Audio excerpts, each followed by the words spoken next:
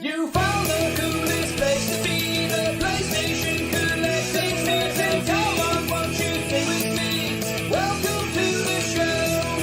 Gather round the boys and girls, collectors from around the world. Let's show the people what they need to know. Welcome to the show. Gonna talk to guests, only got the best. Gonna put their knowledge to the test. Gonna laugh and eat, gonna live the dream. Gonna show you things you've never seen. Gonna sing the song, gonna break it down. Gonna rock this party all night long. So come on everybody, let me see you dance. Get yourself ready, you can work my chance. You found the coolest place to be, the PlayStation Collecting Center. Come on, won't you sing with me? Welcome to the show. Gather round the boys and girls, collectors from around the world. Let's show the people what they need to know. Welcome to the show. Welcome to the show.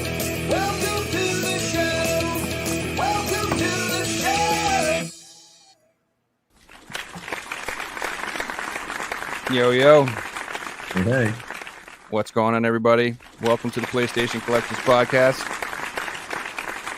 My name is Joe Rad. This is Season 4, Episode 4. Joining us this evening, all the way from Australia, we have Mr. Figsy. How you doing, buddy? Yeah, what's up, everyone? And joining us as a special co-host again, as always, Mr. Radical Reggie, the Radical One. How you doing, buddy? Good, man. Thanks for coming on. And then this evening, our very special guest. His intro is going to take a minute. We have the king of Nintendo YouTube, the king of PlayStation YouTube, the king of Xbox YouTube, Emulation YouTube, Tiger Handheld YouTube. I don't know. It's just going to go on and on. We have RGT85. How you doing, buddy? Hello. Thank you for having me on. Glad to be here. Thanks for joining us, man. Going to be a good episode. People have been looking forward to it all week. So it's going to be kind of silly to do so, but you mind introducing yourself to everybody, saying hi, let everybody know who you are? I'm RGT85. I make subpar videos on YouTube that for some reason people watch. Yeah. That's pretty much me, you know, pretty much me in a nutshell. Oh, don't sell you so short. So yeah, you do the YouTube channel, which congratulations, by the way. I saw you hit 500,000 subscribers. That's pretty amazing, dude. Yeah, congrats, man. It's Pretty crazy. good accomplishment. It's definitely wild. That's pretty impressive. I hit 70. Hey, Give myself a round of applause. I have the button. That's pretty cool. And then also you have a podcast yourself too, don't you? Do another podcast? You do the Game and Talk podcast, correct? yeah, we do the Game and Talk podcast once every 2 weeks now, and then we have a show that is on the off weeks, just focused on Nintendo stuff, kind of a subsidiary of the Spawncast stuff. Yeah, it's pretty fun. It's going pretty well. That's pretty awesome. Yeah, and then you do the Spawn Wave podcast too, or you just like a guest sometimes, or how often you do that with them, or? It depends on my mood and what I have going on, really, because it's kind of like John has, Saturday night at 9 p.m. It's like, yeah, nobody's doing anything then. So sometimes I just it's pretty much I am a member of them. It's just if I feel like showing up, I'll probably show up this week because I don't want to hear them bitch about me not being there. I love it. Fair enough. So yeah, you guys excited for the new Nintendo Switch? When's it gonna come out? What do you think? I'm hoping sometime. I mean, I'm hoping for next year, like late next year, but I'm just hoping it has backwards compatibility. That's what I mainly want for the system. I feel like Nintendo should have at least one backwards compatible period with their platform, pretty much. So I would hate for them to skip with this one, and I think that's the reason they delayed it. So hopefully that's what's happening with it, but who knows? Yeah. So I personally think the new Switch won't be out for at least 2 years. Nintendo are going to delay it as long as they can because they're selling as many Switches as they can. They just announced the new, is it the Zelda Switch that's coming out? That's going to sell like 10 million. They're very close to passing PS2's total at this point, and they're still selling as many Switches every year as they were. So I don't see them putting out the new console until sales do start to slow down. I hope you're wrong, Figsy. I want it next year. Yeah, It's I think already the longest delay between new consoles for Nintendo. Well, the Switch has been out how long? Like 7 years now. yeah, Yeah. it'll be 8 in March. I think it'll come out next year. Yeah, I that's what I'm think hoping. because the thing about it is you could still sell the Switch, you know, because we haven't even gotten to one of those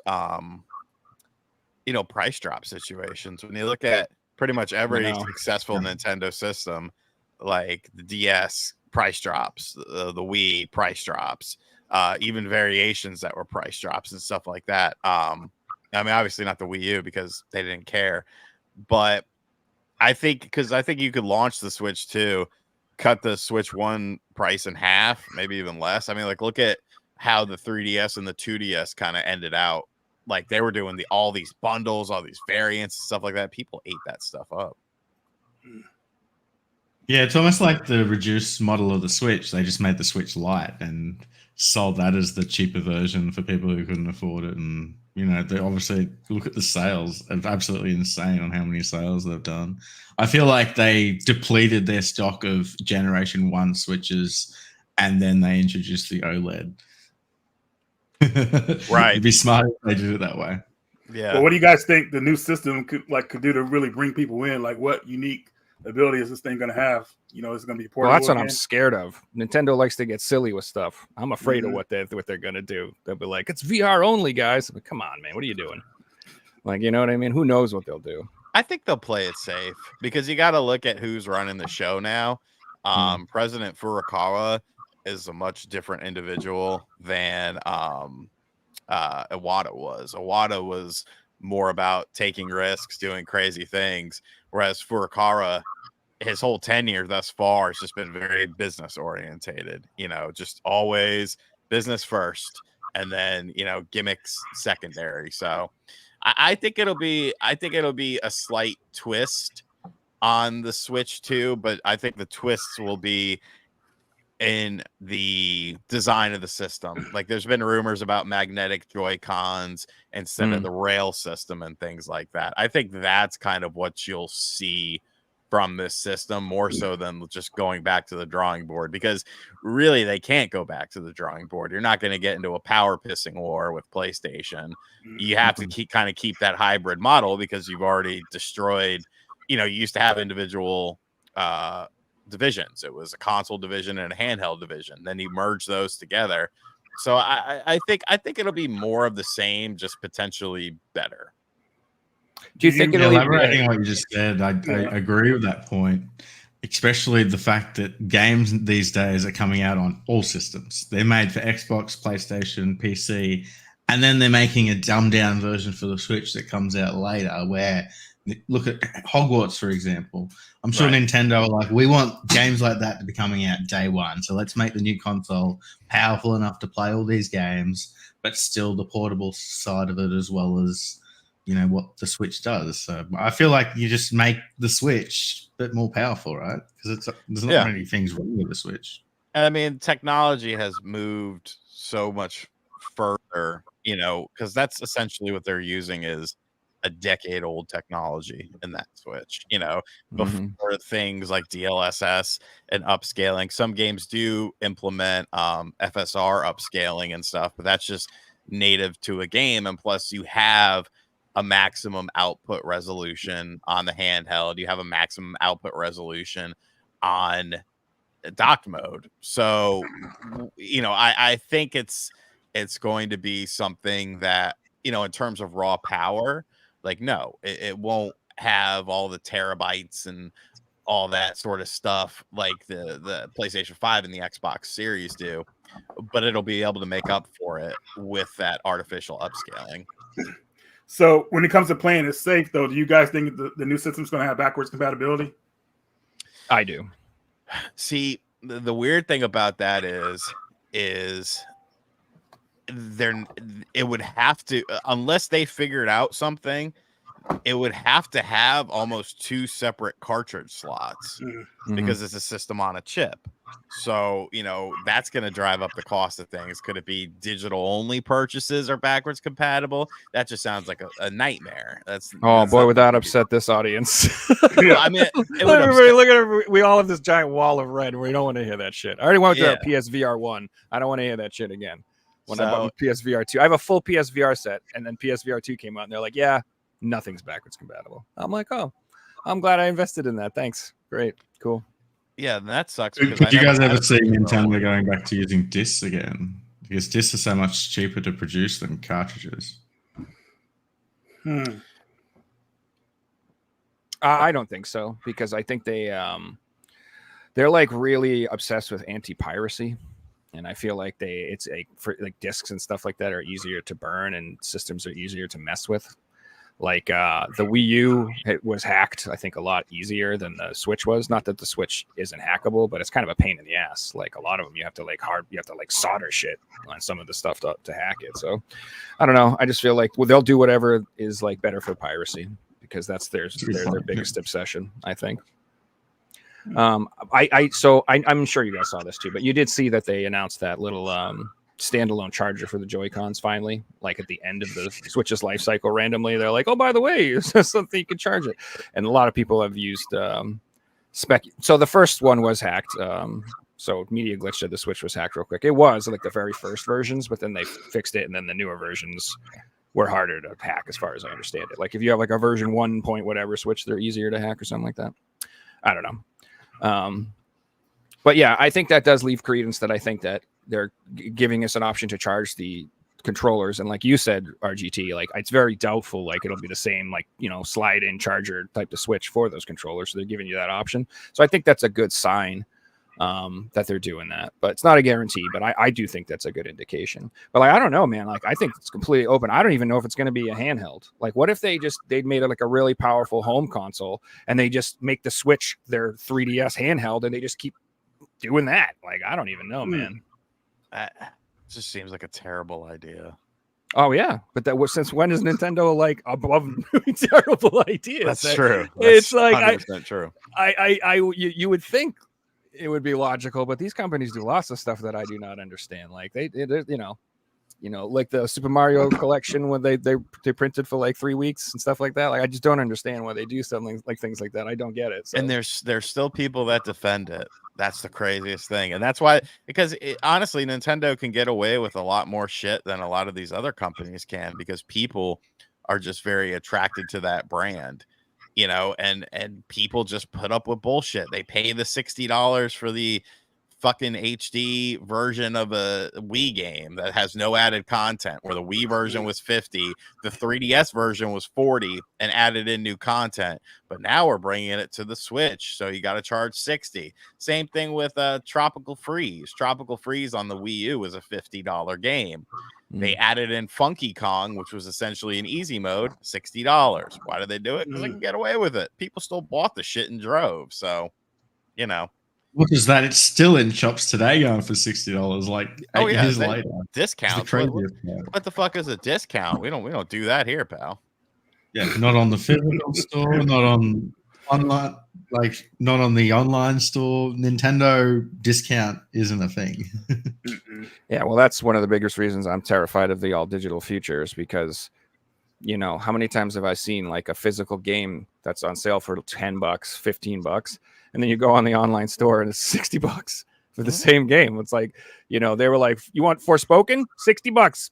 I'm like, what the hell? This game's like $1 everywhere. They can't give it away. You're charging $60 online. I'm like, Well, by the way, was that game as bad as everybody was saying it is?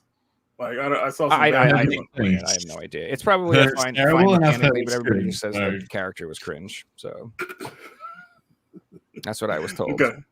I don't know. It's one of those things where you just got to play it yourself and make up your own mind. It's like you just don't want to waste time these days, though, because sometimes like you play a game for an hour like that, and it's like, oh god, I wish I could have did something else. Well, like, that's the point I would make, is that it's, for me, like I have so many games that I 100% definitely want to play, that why the hell would I take a chance on a game that like has like a shit? Right. That's the way I look at it. If they could be wrong, I do have like a contrarian gene in me. I'm very skeptical. I'm like, and like I definitely have like a hipster gene thing going on where like I'm always like, oh, everybody likes this. Why does everyone like this? Like, you know what I mean? I'm definitely like, I always have that like. So I'm not against that, but again, it's just like you said, Reggie. It's just there's time, dude. Like, you know what I mean? Why would I buy a game that, you know, people are saying shit, even, you know, and it might be good when I could play freaking Elden Ring when everybody's just like, you gotta play this game. So I'm like, I don't know, I should probably play that. Do you guys do you feel like you still like if you play a game, it's not pulling you in right away, and somebody tells you like, oh man, you just got to get to a certain part, then wait to the 60-hour mark. Yeah, I can't do that anymore. Like, it's like, no, man, it's got to pick me up from the beginning, pull me in. If it doesn't, I got to move on, because there's so many games out there. You know, you don't have time to like try to like really get into a game unless it really pulls you in. So you got me thinking of Final Fantasy 13. Just play halfway through and then it gets good. I tried. No. Too many games out there. But yeah, I just I'm very scared of the all digital future, but I don't think it's going to happen for a long time. I think it might be not going to. I don't think it's going to work out, and I think that in general, like you're going to see a lot of like streaming companies start to fail. And I don't know if you guys saw, but like I think Forbes reported that DVD sales and Blu-ray sales and 4Ks are actually on a huge upswing right now, because I feel like there's a lot of people who are like, actually, yeah, streaming services suck. I'm going to go back to buying DVDs and I started doing that too. So like, I don't know. I feel like that people are aware of it, and I don't think it's like we're not going to go quietly into that night. As far as I there's so many streaming services. There only need to be maybe like 4 or 5. There's like over like, and there like 20 of them. And then when it comes to like streaming stuff, like we talked about this before, like how they're taking stuff out of movies and series that offends people. So it's like, what the hell, man? Like you know, it's like a small margin of people get offended by something and they totally delete it like that. There's an episode of Sunny in Philadelphia, Always Sunny in Philadelphia. They took the episode like 4 down. episodes. There's like Is it 4 episodes? Yeah, there's like, I mean, to be fair, they're pretty offensive. Dude, that show's insane. But you know, it's just people don't want that. They want the original content. They don't want it edited or anything like that. You know, so you know that's why buying Blu-rays and DVDs is the safe bet now. You know. Yeah, and you don't have to get like warning labels to watch stuff. I find that really amusing. They're like, this was made in the olden times in the 90s when people were savages and they just didn't understand how, you know, like I'm like, what is this? Like, guys.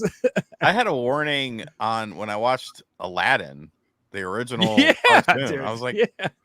What? He's a thief. He's a thief. He's a street urchin. Okay.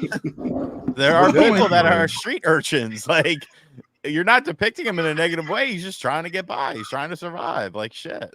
You think they put that on Oliver Twist? No. Hell no. They'd be like, no, he's just a little white thief. He's fine. No problem. So one of the things I do like about your videos, RGT, is that like you do cover like a wide variety of topics. And I do enjoy that, like, you talk about, you know, everyone jokes you're a Nintendo YouTuber or whatever, but, you know, you do talk about what's the PlayStation news, Xbox news. You talk about, like, some of the drama and the wokeness going on and stuff like that, which I like, but you're not, like, too heavy-handed with it. And I think you take, like, a really reasonable approach to it, which I appreciate, because I just don't think there's a lot of people these days that are reasonable about anything. No, yeah, 100%. And people, they're very tribalistic, so they have to have a side. You're either a wokey or an anti-wokey, and there's like no middle ground. And it's like, yeah, you have to look at every situation as its own thing, because then you just become hive-minded and you get put into these things, and it's just like, I don't know, it's silly to me. Because eventually something is going to happen. You're going to see something, and you're going to disagree with whatever side you chose, what they say, and you're not gonna be real with yourself. You're just gonna be like, oh well, I have to keep up this facade because this is my online image, and I'm just like, I don't care. If you're being told what to like and what not to like, that's an issue, you know. Yeah, make up your own opinions. It totally happens, because if you look, it's always, you know, like the usual suspects, especially on things like social media, where a certain group of people will always agree with one crazy statement that one person makes, and then the other group will be all up in arms, and it's just like people don't really want to have a conversation. They don't want to actually explore the topic. They just want to have their opinion and be in an echo chamber where only their opinion exists, and they only want people that are like-minded. And it's like, that's the most fucking boring 1984 dystopian thing in the world, where everyone is just the same. And I don't know, it makes no sense to me. Oh, I completely agree. It's totally creepy. It's like this weird hive mind mentality. And what it is, and this is like, I think a problem, and I'm aware of this myself too, with a lot of people too, is that they let these topics and opinions represent them in their mind as like who they are. That when you attack an idea or something that they have, they take it like as an actual personal attack on who they are.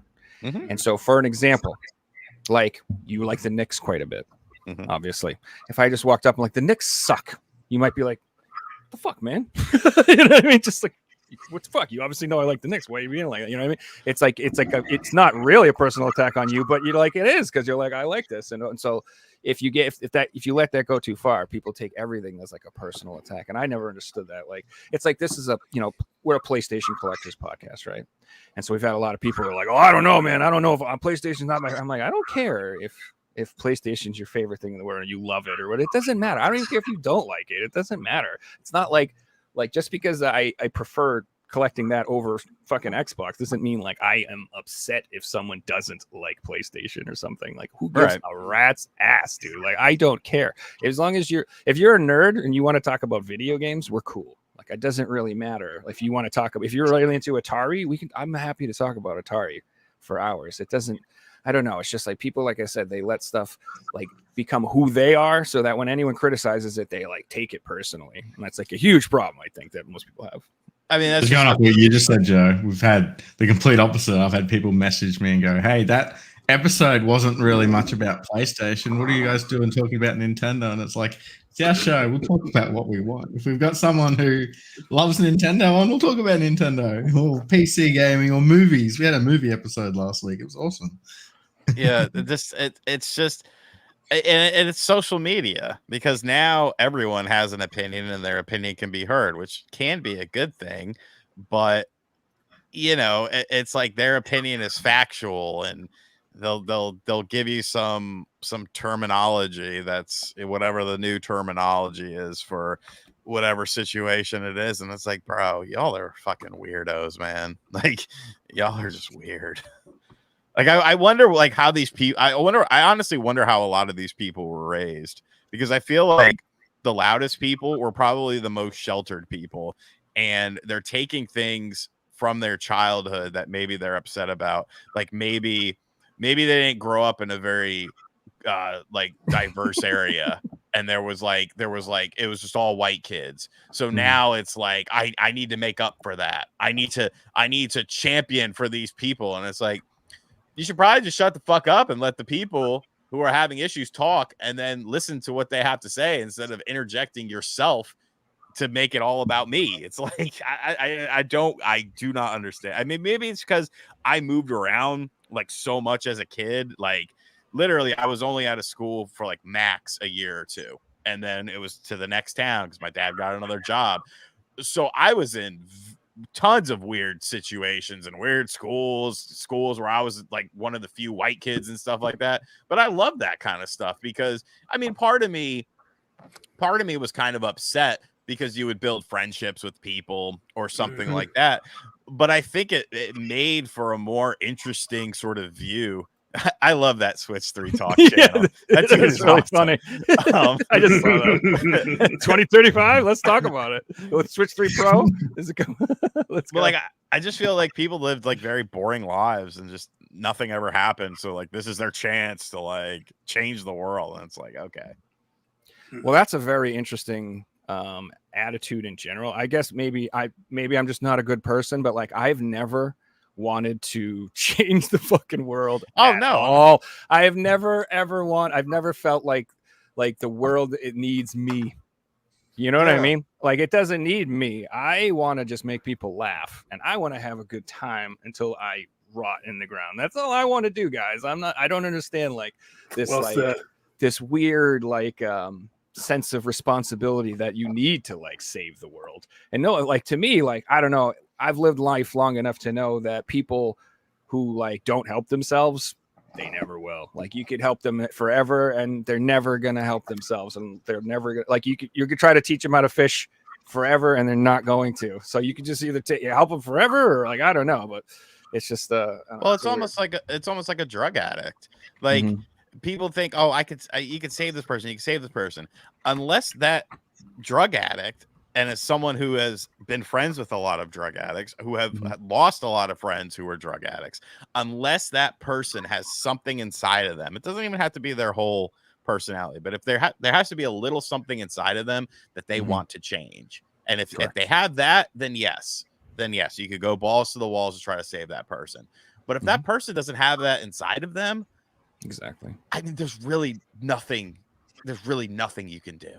And it's just like, my philosophy is, do you have to wake up and go to work tomorrow? Okay, then life goes on. Like, it doesn't matter what's happening. If your ass still has to wake up, go to work, pay your bills, life goes on. It's going to be shitty sometimes. It'll be good sometimes. That's the beauty of life.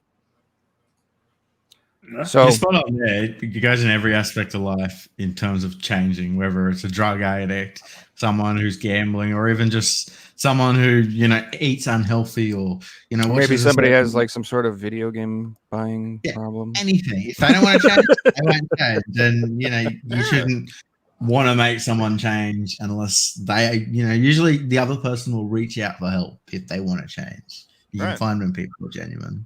What were you going to say, Reggie? No, nothing. Go ahead. I was just looking at something here. So the way I look at it, this is an interesting. I don't know. Maybe it's relatable. I have trouble with cigarettes. I smoked for years, and like I quit. You know what I mean? But like the only way that like psychologically I can do that is that if I hang out with my friends who do smoke, I will have one or two, and just be okay with that. And like it's not perfect. And I know it's not perfect, but it works for me, and it's as good as I can do. I mean, that's as good as I can do. I don't smoke, 13 days in a row. But if I hang out with my buddy who chain smokes, I'm like, give me one, because I'm not going to sit here and fucking suffer. Like, I just can't. I smoked cigarettes for 22 years, and then I decided this girl that I was seeing, she didn't like it when I'd smoke around her. She was like, well, just get a vape. And I was like, and I had bought a new car. And I was like, yeah, I guess I could vape in the car. So then I would primarily vape, and I would still smoke cigarettes kind of here and there. And then I ended up in the hospital, and that was a whole fucking shit show. And I had actually quit smoking cigarettes like a week before all that shit happened. So I was like, fine, I need to get back on the cigarettes. But that's clearly the problem. Right. But like, I haven't had a cigarette since then. I do vape sometimes more often than not, but like all of my stuff looks good. All of my doctors say everything is good. And really, to be honest with you, like, I know that vaping is supposedly like this horrible, terrible thing. Every doctor that I've told I vape to, they dismiss it. It's very dismissive. Even when I was in the ER, they wheeled me up to a new room, and my vape fell out of my pocket, and I kind of looked at it, and the nurse was in the room with me, and she was like, I'm just gonna pretend I didn't see that. And I was like, thank you. Thank you very much. Wow. I feel like when they publicize like the dangers behind vaping, it's not so much people that have been smoking for years getting on vapes. It's kids that are growing up thinking these look cool, let's get into vapes and things like that. So it makes sense that they're portraying them as, the dangers of vaping and everything like that. I just went to my cardiologist today. He's like, hey, your heart looks great. I was like, thank you. Nice. Awesome. Well, a lot of people don't understand when smokers, I'm not a smoker, but I've understood, my dad's a smoker, and I've understood how hard it is to give up. And what a lot of people don't understand is it's not just giving up. It's smokers, like smoking is part of your life. So a lot of smokers will have friends that smoke, and part of hanging out with the friends is they all smoke. So if you're giving up, do you then not go and hang out with your friends? Because if you're hanging out with them, they're all smoking as well. You're smelling it. You got to anti-socialize yourself. So it's a lot harder than what people just say, just give up, Yeah. I first started smoking cigarettes because I owed my parents a lot of money in high school, and I got a job at Sonic Drive-In. And like I noticed like all these people kept getting breaks, and I was like, what the fuck? Like I was working with 2 friends there. I was like, what the fuck is going on? And they're like, oh, they're getting smoke breaks. I was like, are you serious? And they were like, yeah. I was like, well, I smoke now. And they were like, no, you don't. And the next day I came to work with a pack of cigarettes. I was like, yes, the fuck I do. And that's exactly why I started smoking.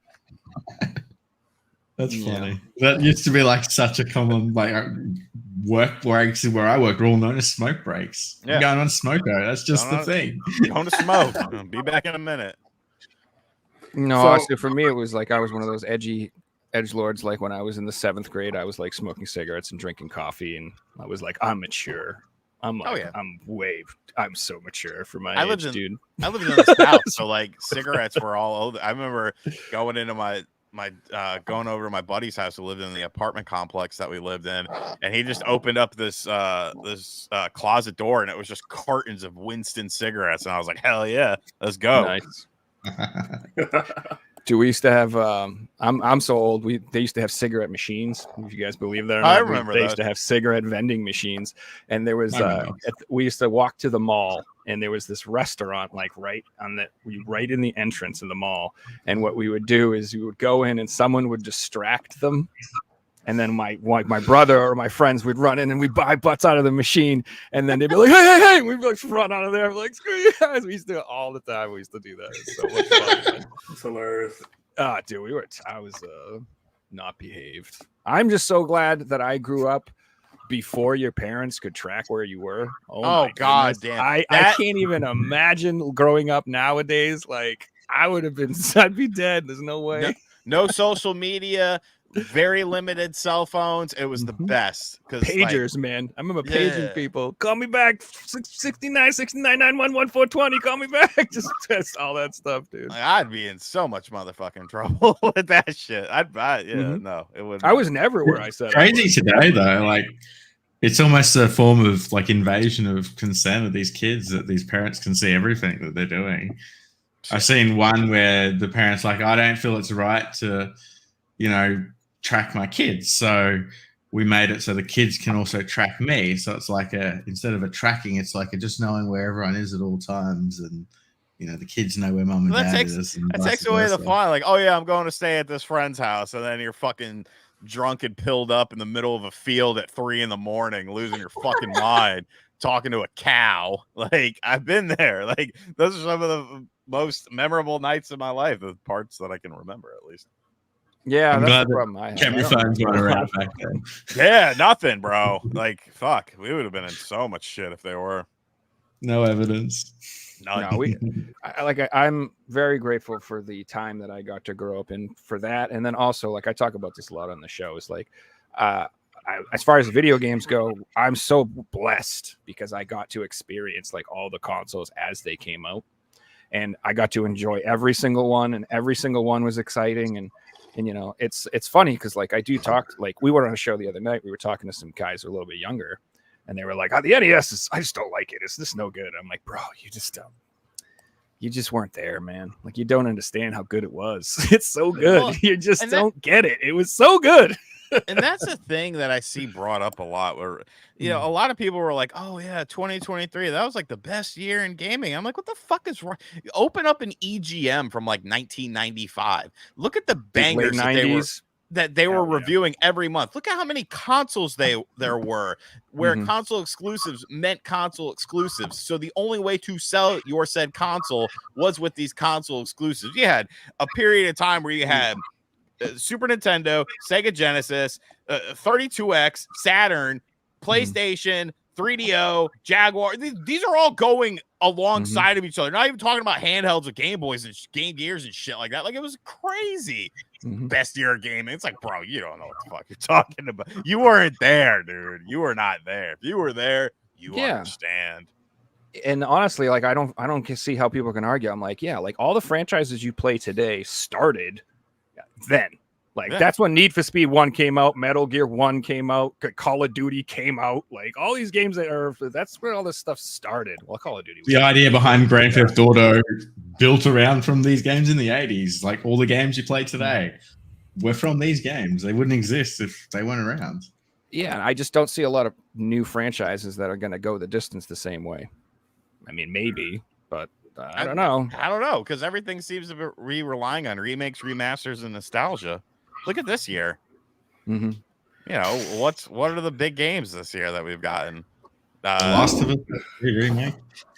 Rebirth, which is a retelling of We- Final Fantasy VII. Like, In March, we got some banger RPGs. We got Rebirth, Persona, and Grand Blue or whatever. But those are Right. those really that crazy? And then that's kind of it. Then we got the Elden Ring DLC, but that's just DLC. I mean, the Final Fantasy Rebirth was on point. I mean, I love Final Fantasy VII, so I was looking forward to that. Mm.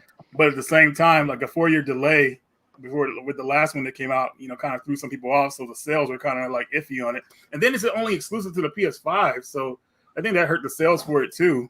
You can't really. It's hard for like third-party companies to do exclusives these days because there's just so many ways to play games. You know, like an exclusive on the PS5. Like, are a lot of people going to play like buy Final Fantasy VII just, you know, like get a PS5 to play Final Fantasy VII?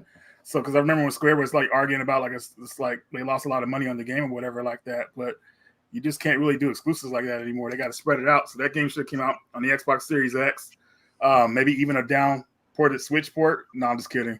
But No, that wouldn't happen. yeah, I know, right? Like 120 gigs that game, like the install. It's fucking insane, bro. yeah, man. It's just like, dude, like exclusives. I don't know, man. I mean, a lot of them are AAA, man. But if they don't make that money, I mean, even if they don't make that, like, you know, even if they don't break even or whatever like that, I mean, that company is done usually. So, you know, it just doesn't. I don't know, man. I guess it's a safer bet for some companies too, like, it's to do remasters or whatever like that. You know. Speaking of remasters, I did want to point this out real quick. Did you guys see this? yeah, Legacy of Kain Soul Reaver remastered. I did. See Yeah. Intriguing. I love these games, but again, can we just get another one, or does it have to No. be? You have to do the old Does it stuff. have- You might They have, guess one. they have to do the old one to make sure people have interest with the new one. Companies will not take that risk anymore. Yeah, that's what they do these days. Like, can we make a new one? Well, let's re-release the old one, see if they make money, and then we'll Well, it's consider 'cause- making a new one. Budgets are stupid high. You know, and Mm. really ever since I feel ever since the PS3, Xbox 360 generation is kind of the down slope Mhm. of amounts of releases and companies willing to take risks. Mhm. Because you know, everything used to be so much cheaper to make games. It used to be you sold 100,000 copies of a game, great, green light the Yes. fucking sequel. No. Now it's like you sold 10, you only sold 10 million. Oh, we're gonna have to put this on. Well, it's like the That's budget pretty was scary. to 20 million, so you failed what the budget expectations were, so we've got to cancel it. Yeah, Which is these games are crazy. so expensive to make these days, man. Like they don't make enough money. It's over for them, man. That's sad to hear. Back in the day, Yeah. the game didn't sell well. You know, they could still probably like round up and make us, you know, do something to make a sequel or whatever like that. But nowadays, it's unheard of. Like, no way, it's over. So companies are I wanted to closing touch on down like all something that you just stuff. talked about, Reggie, with exclusives. I've just looked up PS5 sales, and the PS5 sold 60 million consoles. Yeah, So Really? like that's the they thing. really should be pumping out exclusives if there's 60 Wow, I million didn't know. consoles. I didn't even know they sold that many. I don't know what people are playing on that. Yeah, Because if you look at game sales, Fortnite. I mean, really though, if you look at game sales, what games are people buying on the PlayStation 5? Like outside of, you know, obviously stuff like Spider-Man is going to be big, Mhm. God of War, but like outside of those, I don't know what people are buying. But Number they're one still selling buying game is PS5s. Grand Theft Auto 5. Still, I mean, Yeah, probably. honestly, Crazy. were you guys excited for the new generations systems when they came out, when they announced the PS5 and Xbox Series X? Like, I wasn't excited about them because there was just nothing really coming out on them. I was because of Demon Souls, and I was screaming for a Demon Souls remake for 5 years Right. prior to it being announced. But apart from that, I wasn't. And then, If you know, there hasn't been. I know there's a lot of exclusive PS5 games out there that are indie and stuff. But if you talk about first party titles, AAA titles like we got on the PS4, like we got on the PS3 or the Xbox One, or even going back to the PS2. You can't name 30 or 40 of them. You can only name 15 or 20. I feel like the last system that really had like come out, and it's probably the biggest game of the year, and it's a sport game. And a few guys in chat have been talking about it, and it's College Football 25. Yeah, and they haven't made an NCAA game since 2014. This game, I'm not an NFL person at all. I cannot wait to pick this up. It looks so good. I've been watching people. Everybody's saying it's amazing that has played it. People are absolutely raving about it. People have been screaming for this game for 12 years, and it's finally come out. It's exclusive. People are actually going and upgrading systems just to play this game. So wow, it's pretty cool. Yeah, it's been selling really well too. It's because there hasn't been, like you said, there hasn't been a college football game, and I think the most important thing is it actually feels different than Madden. It actually play. It's not just a college football reskin on a Madden game. There's actual new things that have been implemented into the game, to where I've seen some sports channels saying like, this is like Madden 28 or Madden 30. Like it's so much more advanced than the Madden we have now. And how are they going to be able to catch up to it? Because obviously you have to do things differently when you're talking about college football versus the NFL. So I'm just surprised that an EA game is getting so much love. I feel like Ubisoft has taken over the throne of most hated companies. People are leaving EA alone a little bit, kind of. Well, they're doing what customers want. They've been screaming for this for years, and they've finally done it. I've seen clips on social media, not of gameplay of the game, but of gameplay of like there's a social side of the game, and the players talk to girls and have relationships, and the girls can block the players if you say silly things. And like these clips have been going viral because they're funny. And like this is what game we're talking about, I do want to ask though, how do you guys feel about Arcade 1-Up, man? Do you feel like they're dying? Oh yeah, 100%. Did you see that Did you see that new abomination that leaked and then it ended up showing up in the stores? Okay, here's the combination: golden tea. So we got a little spinner ball, trackball, yeah, with old Midway games, and half of the marquee is golden tea, and half of the marquee is a Midway logo, and there's like old Midway games on it. What the fuck do these two things have to do with each other besides that you have licenses for these, so you're trying to shit out another product before your license expires so you can make some money?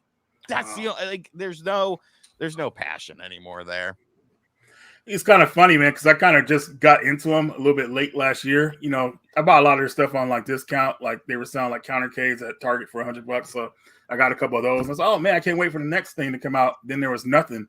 And then like I hear all this news about them dying, like wow, it's like I think they lost like track of what they should have been. Like they should have always been like $200 to $500 tops for these units, right? And that should be it. And like they just got way too fancy and they started charging too much. And I don't know, it was just crazy. And I also feel like they almost like shot their load a little bit. Like they released like too many good ones like too quickly. Right. And like they're like, well, now what do we do? You know what I mean? Well, they had a big change in management too. Like the new guy that runs it, or who's kind of the figurehead of it, is a different, because essentially there was a guy named John D who worked there, and he was the one that was actively trying to get licenses and stuff. He ended up leaving, or was forced out, depending on who you ask. And this new guy is just a total fucking. Just you could tell like he doesn't know what it's actually very funny. If you look at their Instagram, they just put up a new reel today where that guy, his name is Cyrus, is playing the Yoga Flame edition, I believe it was, Street Fighter 2 cabinet. All right. He's clearly, because anyone with a brain can look at it and see which player he is due to the score and the other one saying press start to play or whatever. He's clearly Ryu. The video ends with Guile beating Ryu, and he like, you could tell by like his hand motions he's trying to play it off like he was Guile or something. It's like, no, what the he fuck? lost. I called it out. I was I'm looking so at it right annoyed now. with it. Well, what's the end? It's clear as fucking day who he is, and he's not Guile. Wow. Yeah, the weirdest stuff like that No, annoys me okay. on people's posts. Like I saw like somebody made a post recently and it was like just like your average Twitter post. It was like it was an Xbox and a PlayStation 2 and it had two TVs. And it was like, which one do you choose? And like the PlayStation 2, for some reason, it didn't have like a real boot up screen. Like it was like a photoshopped screen and it wasn't the actual boot up screen. And I just couldn't like not like let it go. Like I like had to comment. I was just like, yeah, that's a fake PS2 screen. So obviously I'm going to choose the Xbox. What the hell's wrong with that, dude? And all of a sudden all these people are like, yeah, that is fake. What the hell? I'm like, why is it fake? Like you couldn't get a real PS2. Like what's going on? Why is it fake? It just annoyed me so much. Like, I don't know. So stupid. So how much time do you guys think they have left then when it comes to like them being A irrelevant? year or two. Yeah, about a year Well, or the two? thing is that they're still making money, and like that's kind of a problem. In my mind, it's dead to me because I don't see them reaching out to get major licenses anymore. I honestly see them just sitting on the licenses they have, re-releasing these at Costco or Walmart or so, and that's a huge problem because from what I've been told, like those companies like your Costco's and your Walmart and stuff, they actually dictate what games end up getting made. And if you present them with a cabinet and you're like, okay, well, this is going to be, let's just say Daytona USA. If Walmart is like, we don't think that'll sell, we want another Pac-Man, they won't try to convince they'll just Pac-Man right away, and then they'll make another reskin Pac-Man. Like there's no one with nuts there to be like, or to present a business plan and be like, okay, we understand that you want Pac-Man, but let me show you why this would be a big deal. Let me, it's just very yes man stuff nowadays there. So I think they're just going to sit on those licenses, milk those licenses with different revisions and stuff like that until it gets to a point where they've sort of, oversaturated the market to the point of where like the people walking into a Costco or a Walmart, they're not interested in anymore. And then they'll probably have to pivot to something else or just fade into obscurity. But as far as actually releasing shit that people want, that early people who got into it were excited for, I think those days are long gone. Okay. Yeah, I agree. I think the hype's died down. There's some serious collectors out there that'll keep buying them, but I just don't think it. It's different when it was $200 to $300 and you'd walk, like you said, you were in a Costco and you'd see one and it may be a game that you were nostalgic for and that'd be fun. And you're like, that's not too big of a hit. That'd be fun for the family. You could pick one up. It's a big difference now when they're looking at $700, $800. I'm just like, that's not an impulse buy in any way, shape or form. And I know maybe $200 to $300 isn't, but $200 to $300 is an impulse buy in my world. Right. Like, Well, I'll and spend To the that on something- I'll average spend that on person, something stupid every week. I don't give a shit. You know what I mean? But $800, $900 something now, I'm like, I got to think about that. well, That's the not- thing is, and the quality got worse too. I would say the peak of quality was the original Ninja Turtles cabinet and the original NBA Jam cabinet. I remember paying $400 for both of those. However, they were an upgrade over the $300 ones. It had better bassier speakers, it had a better screen, and it had online play. And NBA Jam, I'm not sure if Turtles has a light up marquee, but I know NBA Jam does. So I was like, okay, this is fucking great. Then they released a bunch of stuff that I wasn't like super interested in. And then when it came to X-Men and Simpsons, I was like, fuck, I gotta buy these. I love these games. I paid $700 for both of those. And the quality was abysmal. The audio was horrible on it. The controller layout for the Simpsons, you can't play as Homer at all. And you had to download Simpsons Bowling to put it on the cabinet. It didn't ship with it on the cabinet. It's like, what are we doing? How did we get worse? And somebody told me that is very into the arcade one-up scene that like it was a speaker issue and like it was a wiring thing and they just never fixed it.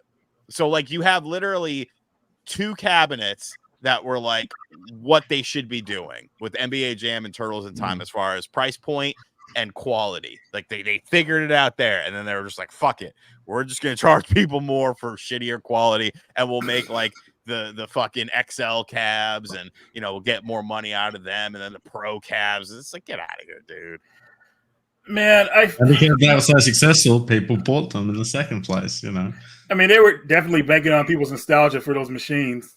With the size, the 3/4 the size of the arcade, I felt like they were more aimed at kids or whatever like that. I feel like if they did the XLs first, it would have been a lot better.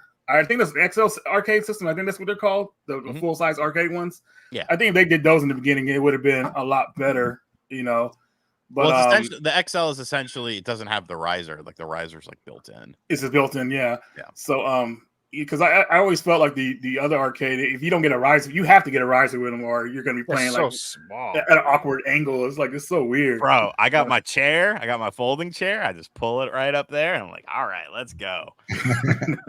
I got ones that came with risers, like the Simpsons. And that was another thing. They started bundling in a bunch of bullshit. Like, I don't think you can see it. Did I move that? Okay, so Oh, the Simpsons came with more than one game then? It was not just the Simpsons on there? It was Simpsons and Simpsons Bowling, and it had a trackball on there. But Wow. you had to download Simpsons Bowling. So if you don't have access to the internet, you're just fucked.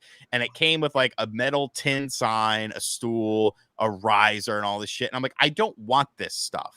This is you want to release this at $700? Cool. Give me an a la carte version with none of that extra bullshit for $400 or $300, and I would have been a lot happier. I haven't bought one since the Simpsons cabinet. Dude. Or they could have put more 4-player beat 'em ups on there, right? Like something like Vendetta, Bucky O'Hare. I mean, I think that would have really helped out a lot. But yeah, one game in a bowling game, like it just. Yeah, so that's where it falls apart for me, because it's like, I don't know, like, dude, RGT, you could buy a freaking 12 terabyte hard drive now with 50, 60,000 games on it and just hook it up to a fucking MAME or something, and you're good. This thing is crazy. You don't even. Dude, that thing is crazy. As the first one of those you showed, I was like, damn, I think I might get one. That's pretty This good. thing is, dude. I was playing. What was I playing? I was playing The Matrix, Path of Neo, like all upscaled and shit. Last night, I forced widescreen it. I was like, this is fucking great. That's awesome. Well, that's one of the topics that I wanted to talk about too. Is like one of the reasons, like I said, I think your channel does well and you're successful is you talk about everything and you adapt to the times and you realize that like emulation is like the future, and it just is. Like people, like I love physical collecting, and I always prefer to collect physical games. I always will, but like emulation is amazing, and I've been. It's changed my world, like trying to playing PS1 games and PS2 games, all upscaled, 1080p, freaking 60 frames per second. Like, oh my god, dude, it's so like amazing. You're playing something new. Yeah, it really I was playing Hunting Ground, and I was like, dude, like my buddy Cag, he had it on this Steam Deck that he got, and I was playing it. I was like, wow, dude, like it was like pushing like I don't know 720 or 1080p or something like that, but it felt like I was like a brand new experience in a way. Like it was so amazing.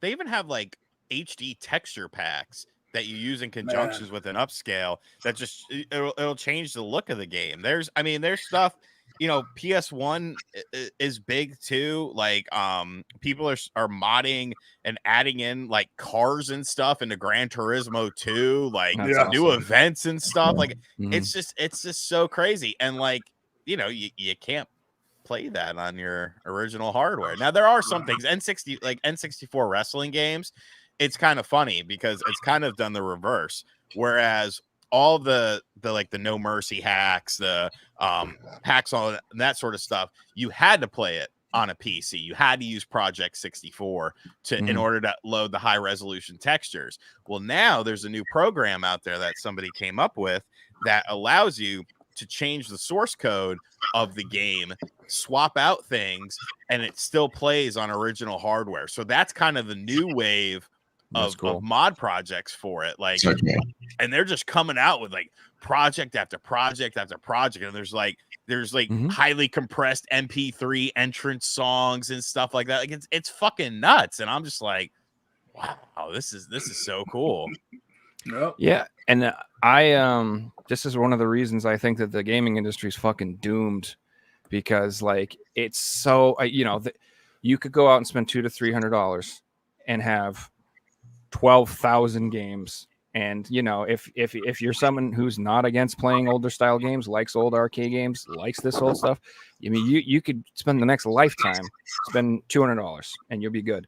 And these guys want you to buy a brand new game for $100 every month or two, and it's just like I understand for people who want just the latest greatest shit all the time, but if you're someone like me who just like I have fun playing Atari. I have fun playing Game Boy. Like I don't. It does not need to be HDR graphics. Like I don't need these giant AAA titles to have a good time at all. Like to me, I actually dislike them because I'm like, literally, I put the disc in and it's like 200 gigs are installed. I'm like, oh, for God's sakes, what the freaking hell? It's gonna take 4 fucking days to me to play before I even play this game. You know what the new one is on the PS5? It's your controller needs to update. Oh my God. Dude, I always weird. skip it. I hate it. Like, how many times the controller need to fucking update? Yeah, that is bizarre, dude. It's like everything updates, like the VR controllers, all that stuff, like every time. And I'm, if you own like fucking 12 controllers, like I have a bunch of controllers. That's fucking just irritating. You're like, oh God, I this for all of these? Jeez.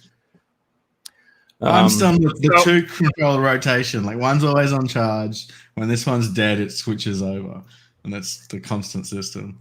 So what I was going to say, talking about emulation in particular, like I used to work at Radio Shack back in the day, and I remember, selling a 64 freaking megabyte flash drive for like $150. Things were insanely expensive, and like as time goes on, it just gets cheaper and cheaper, and the memory gets better and better, and it's easier and easier to emulate. And like soon enough, we're gonna have 10 terabyte micro, flash, SD cards that you can put stuff on, and you'll be able to buy a mini PC for $200 that plays PS4 Switch games. I'm serious. Like in 5 years or so, the technology is going to be so cheap and so powerful that, for a very small investment, it's going to be incredibly easy to emulate like everything in this room. And like for me, like I like collecting the modern stuff because it's a bitch to emulate it, and it's like takes up too much space and it's a pain in the ass. But like I got one of these little things, and like, dude, like I don't collect cartridge stuff like pretty much anywhere at all. Is that because it's just the Amberneck Arc? Yeah, it's the Arc. Yeah, it's the Arc D, dude. I fucking love this thing, dude. Yeah, it's so stupid that it doesn't come with a ton of Saturn shit, though. You gotta add this. I was like, I don't want to get this. Why? This is clearly for Saturn, and Saturn are great on it. It does. Is that on Amazon? I think it might be. It Yeah, that one should be. It's pretty old. I've been using this. This is the new Amberneck RG40XXH. I like it a lot, but I can't get Saturn to work on it. I don't know why. I've tried CHD files. I've tried BinQ files. There's a Saturn emulator on here. It just won't do anything, and it's not Android based. It's RetroArch based. And I'm not very good with RetroArch. I'm much better with Android or Windows based stuff. So it kind of holds it back a little bit. But I do like this. Like it's a 4-inch screen, which actually makes quite a big difference. And it's small and it's light, and I like the color. Yeah, I love these. So I have a Steam Deck, which is obviously like a powerhouse, but the thing's a tank. Yes. If you're actually using it as a handheld, like I have to put it on a freaking pillow to play it, because if you hold it for like an hour, your arms literally hurt because it's so heavy. Oh, yeah. So like, I if I'm playing retro, at PS1, Saturn, stuff like that, these little Ambernicks are the way to go. They're small, they're lightweight, battery works great, plays well. Yeah, I got the new ROG Ally X that I have a video coming out this weekend for. Yeah, it looks amazing. It's still sitting in a box, so that's tomorrow's project is to check that out. But I'm just gonna plug in the 12 terabyte hard drive, and we're just gonna look at emulation on it. I want to see what I could do with PS3 and Xbox 360 emulation on it. It's killer. So there's another thing that this is just speculation about the future, is that like right now it's relatively easy to get ROMs and stuff like that, but like I do feel like as time goes on and we move into like an all digital future more, these companies are going to get a little more pissy about that sort of thing. And I think like Nintendo, they already go pretty hard against a lot of these sites. But I feel like over the next 10, 15, 20 years, like you're going to see a lot more aggressiveness from these companies to shut down ROM sites. Mhm. So like these things that you see on Amazon and stuff, I don't think they'll be there forever. I don't. Maybe they'll be on Alibaba or something. Like I'm not saying you won't be able to get them, but I just feel like it's going to get harder. The easy access is going to be gone. Yeah, Yes. definitely. So I always tell people, like, if you do have any interest in building like a ROM set or emulation and stuff, I would probably get on it sooner rather than later, or buy one of these things now that have all this stuff on there, because it's just going to be more of a pain in the ass. It'll never go away. I'm not saying like, you won't be able to get ROMs. There'll always be Pirate Bay, and there'll always be torrent sites and backdoor places you can get them and stuff. But I just think it's going to be more of a pain in the ass. And, You know what's a great site to get ROMs and ISOs and stuff? Internet Archive. Internet Archive has everything on it, and like people, you always hear about like CD Romance and Cool ROMs and WoW ROMs, but like Internet Archive's the fucking shit, dude. Like you can even get like different file formats, because that's how I got some Saturn CHD files to try it out on that and see if I can make that work. And yeah, it's full sets, Dreamcast, whatever the fuck Xbox 360. You want Xbox 360 arcade games, that they did only the digital store, full library. Yeah, this is lit, dude. I'm looking at the list right now. Yeah. Yeah, I've already ever used Internet Archive. I did. I get tons of shit from there. The only problem with it is sometimes the speeds are really fast, and then sometimes they're like slow, and I don't know what decides that. It's very random, but. Yeah, I know exactly what you mean. Like you'll download a 5 megabyte file and it'll be like an instantaneous, and then you'll download a 6 megabyte file and it'll be like 45 minutes. Like, yeah, what the hell's happening? What are we doing here? Yeah, so that's back to like the line wire days when the download speed came to like how many people were hosting the file, not your actual like download speeds. Fucking torrents. There's 40 people who own this movie, so it's going to download really fast. Well, I mean, the great savior for emulation is China, because China don't give a fuck. There's no laws about that. Where do you think all these things come from? Correct. China. This hard drive. China. They're Literally. not doing China. Unabashed intellectual property theft. They do not give a F. It's always so funny because sometimes when I review these hard drives, I'll say like I'm going to jail or it's illegal or something, and the company will send it to me. They'll always be like, "Why did you put that in the title?" I'm like, because it doesn't. Well, first off, it doesn't matter. Like you're over there, but like people like stuff like that. It gets their attention. Like the $40 Hyperkin hard drive that supposedly is filled with viruses and shit. Motherfucker, I've been using that. I didn't get no fucking viruses. You don't think I have virus protection on my computers? Like, yeah, there's probably some weird files that you could download off of there that you probably shouldn't mess with. You plug it in. In worst case, just take the ROMs and the emulators off of the drive and drag and drop them to your computer if you're like that worried about it. Like, it's crazy. People just have this. There's still this stigma about a lot of these products that, it's got spyware and shit on it. And it's like, yeah, if you probably install every file that they tell you to install, sure. If you don't have antivirus, sure. But use your brain. Treat this like anything else. Treat this like you would treat something that you bought from a stranger. Look at it, inspect it, make sure that it does what you want it to do, and then enjoy it. Right on. So does this, like, having access to these ROMs and ISOs, does that make it easier? Like if you decide to sell your collection, you still have access to these games in a way? Oh yeah, 100%. That was one of the, because I started covering like mini PCs and companies started sending me hard drives and handhelds, and I'm sitting there and I'm like, I'm actually playing more games because I'm not having to because I don't have like a fancy setup for all my systems and stuff. Right. I'm like, I'm playing more games now because it's just so much easier. Like I play it in any room of my house. Like, this is so much easier. And that's kind of what got the wheels in motion, because I'll be honest with you, I hadn't really touched my retro collection in a very long time. And then I was just like, let me just make some extra money. Like, fuck it. Why not? The getting's good. And I could have went down the road of selling individually and shit like that. But I didn't care. If I was doing it for money, that's what I would have done. But I was like, that's going to take a lot of time, a lot of trips to the post office. I would rather just sell it in bulk, And I heard that you 100%. sold it to none other than Phoenix Resale. You know why I sold it to him? Here's why I sold it to him. Because surprisingly, there's a lot of broke motherfuckers in the retro game, and nobody wants to spend money. Once I started giving out figures of where I was at, I was inventorying shit. People started dropping like flies. They're like, "Oh, I can't afford that. I can't afford that." He gave me. This is what I did. I had like 3 or 4 people. Once we started getting like into the nitty gritty, I didn't even get into consoles and stuff like that. This was just pure games. This was just pure games on display as well. I tallied everything up and I told those 4 individuals, I said, this is the price charting price of it as it stands right now. Make me an offer on this. And if I like your offer, I'm throwing in all that other stuff. But if I have to go through those totes and find all my systems and find additional games, the price is going to go up. Your choice. So one person gave me an offer. I didn't really like it. The other 2 people never got back with me. And then Phoenix Resale came in with an offer that I liked. And I was like, perfect.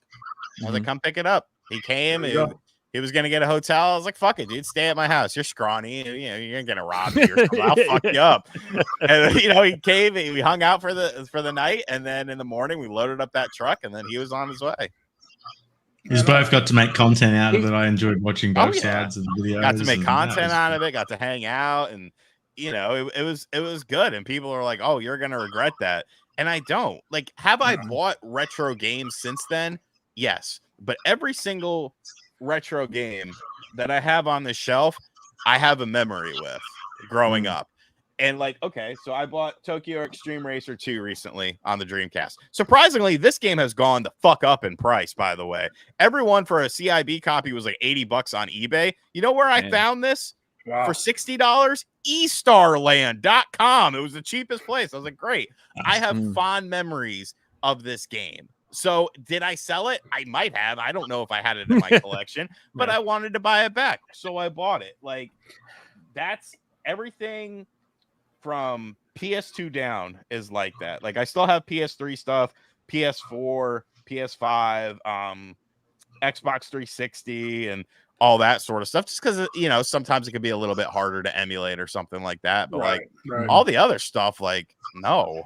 Like, what the fuck am I gonna do with a copy of Automobile Lamborghini for the N64, which is a game that I actually rented as a kid and I remember enjoying it, but I'm never going to play this again. Like, I don't care about this. This doesn't invoke any sort of memory within me. So get rid of it. Like, it's either that or let it rot on your shelf forever and you're just going to hoard it. And, like, I don't know. I like money. Then it becomes like a weird thing. Like if no one's coming over and no one's playing the games and no one's enjoying your collection and you're not playing them and you're not enjoying it, like after a while, it's like, why do I have it? What am I doing with it? Yeah. And I think it's just super healthy to sell. If you're a collector, like if you're like someone who can't sell, like that's not healthy. Like you have to, like, you should be able to let stuff go every once in a while. Otherwise, it's like, I'm telling you, that's just not psychologically good for you. Like, just sell stuff sometimes, make some space. Like if you're not using it, let someone else enjoy it. It's not the end of the world. Yeah, I try to do that yearly. Over the last probably 12 to 18 months, I sold maybe 1,000 games out of my collection, but it was a lot of like the collector's editions, the box consoles, the big stuff. And I've recently just reset the collection up. And I found myself once a day just walking around my game rooms and just staring at the shelves. And I'm enjoying my collection, looking at it more today than I have for years, and it's a feeling that I haven't had for years, because it just used to be like, oh, the room's just overflowing now, and I got space, and there's empty shelves, and space. Just that's loving one of the looking biggest. at the walls. That's one of the biggest things, dude. Is space. Do you guys feel like the value of these games is going to keep going up, or they kind of just plateau? They're going to stay where they're at because of what they're worth. I think it depends on the system still, because I was actually very surprised at how high Genesis stuff had gotten, which I didn't necessarily expect. But I mean, eventually you're going to get to a point. Well, I don't know, because like I think back to too many games that I just went to, which for some reason I bought a bunch of shit there. I know why I did, because we were hanging Peer out with pressure. this Mystic Ryan. That Oh, motherfucker's yeah. like, he's like, I'm See, I'm looking buying for 10 Pokemon games. Yeah, You're I like, need, well, I gotta need buy something. Pokemon games, and I need these cards, and oh, you know what? I really want a clean copy of Mario Kart 64 in the box, not the player's choice. He spent all this money. I'm like, bro, you're not gonna fucking show me up, like, motherfucker. I've seen those Yu-Gi-Oh cards he bought. They look cool too. So He's like, I don't spend my money on crap. Meanwhile, buys a $400 pack of Yu-Gi-Oh cards. I bought well, see, here's the weird thing about that. He had brought some individual like Pokemon cards, and he was thinking they were worth like $700 or $70 in credit or something like that. He just wanted, some credit to buy some additional stuff. And the guy, he came back to the guy later on in the day, and the guy was like, yeah, I'll give you 600 for it, or some crazy number like that. He was like, what the fuck? He's like, all right, yeah, cool. So he actually ended up with a discount on it, but I ended up with a PS1 with the screen in box. Yes. I bought a Nice. bunch of Resident Evils because I wanted to show it off on there, and I bought a copy of Gran Turismo 2 because I wanted to. I don't know. I wanted to play it in the hotel room. That was the only reason why. And somebody that was a viewer of the channel that had a booth set up, he gave me a free PS1 memory card, and I was like, "Thank you." You forgot to buy the memory card, didn't you? No, Just like when we were here's the kids. thing. And you got home. Here's the thing. PS1 stuff was probably the most limited thing at too many games. Whether you're talking about systems, whether you're talking about memory cards, whether you're talking about games, you can find everything else there for any system. But PS1 was very, very limited, and I don't know why. I don't know if that's a regional thing or a trend that's happening. But like, yeah, it was that in Australia for 10 years. It's coming that way in America soon. PS1 games I don't find in the wild anymore. I was shocked. Do you know how hard it was to find a copy of Resident Evil 2? Way harder than it should have been. I should have been fucking getting hit in the face with them. And I had to actually like look around, like do due diligence and find it. Like it was crazy. It was, and everyone noticed it too. Because I would have people like looking for stuff for me. I'd be like, yeah, see if you can find some PS1 stuff for me. And it was just like Philip saying that copy is hard to get. Yeah. Yeah, like a few booths had a decent selection of PS1 stuff, but for the most part, like there just wasn't a lot. I was very surprised. I'm so happy I knocked that system out, man, like early. Wow. Yo, you definitely did. You did it right, man. You got all the imports and stuff back in the day. You did it right. But you were the one who showed everybody what all the good games were. So you were like cutting edge on that stuff for sure, man. Yeah, man. That's my favorite system of all time. So, I had to go all out for it. I'm still finding games today that I still haven't heard of for the system, which is kind of cool. Did you ever play Racing Lagoon? So they just English translated that game. I know. And dude, that game should have came out years ago, man. Like playing that game, you feel the nostalgia already, man. Like, oh my God, like this is like a time capsule. Like it's so good, man. Like a racing RPG. Like, yeah, dude. Oh, weird. I started playing it recently too, and I'm like, wow. How did you not bring this out during the fucking car renaissance of the late 90s? And then you had all these films coming into play, and then what did kids want to play? They want to play Gran Turismo 2 and Tokyo Extreme fucking Racer. Like that taught a generation. That's how I learned about cars. That's how I got into cars, was because of Gone in 60 Seconds with Nicolas Cage, Fast and the Furious, Gran Turismo 2, and Tokyo Extreme Racer, because it covered all aspects. You had the normal racing aspects, you had the street racing aspects. Like it was fucking phenomenal time. What about Initial D? It D? almost looks like an Initial D type. Yeah, Initial D was huge for me and my friends too. We were all obsessed. Yeah. I never did anime. I actually watched the first season of Initial D in my late 20s, and I liked it, and then I just never watched any more of it. That's actually the only anime where I've ever watched like consecutive episodes. That's a lie, because I watched the Shenmue anime too, but that's different because it's Shenmue. And the game is mostly like just like technique and drifting, Right. So it's kind of like it's not straight like fast racing, I would say. It's just more about that technique. So it's kind of difficult to get into that series, especially with the language barrier too. The games. Yeah, see, because all the good ones are in Japanese and like haven't been like you get minimal translations and stuff. Because that's another thing I've been really getting into lately is just translation patches on like RomHack and .com. Excellent. Yeah, I'm glad you said that because I got a couple of pickups later. I'm going to show you guys that are translated games. Man, that's what I've been into recently. There's so many translations that got complete during like after COVID or during COVID. Yep. And now people are making physical copies of them too to play on your original hardware. So that's great. So yeah, this is a great time for a lot of these games. I remember a phase where I was just buying as many Japanese games that were playable without knowing English, like shoot 'em ups, or this is going to sound funny, but there's a City Builder game on PS3 that is very basic controls. It's just like X and circle, and it has a core mechanic like theme park where you can like go into the city and walk around, and I'm like, this is awesome. And you don't need to know Japanese to play it. It's very playable without English. And there's so many games out there that, are very simple games that, you already know the controls to because they're just like other games that you've played before, but you're missing out because they're only released in Japan. Yeah. So we're gonna get to pickups in a minute, but I just want to shift gears for a minute, Okay. because I did have a little something prepared. So, so one of the things, I know we kind of got off topic. I was going to do this about an hour ago when we were talking about wokeness in gaming and games journalism and stuff like that.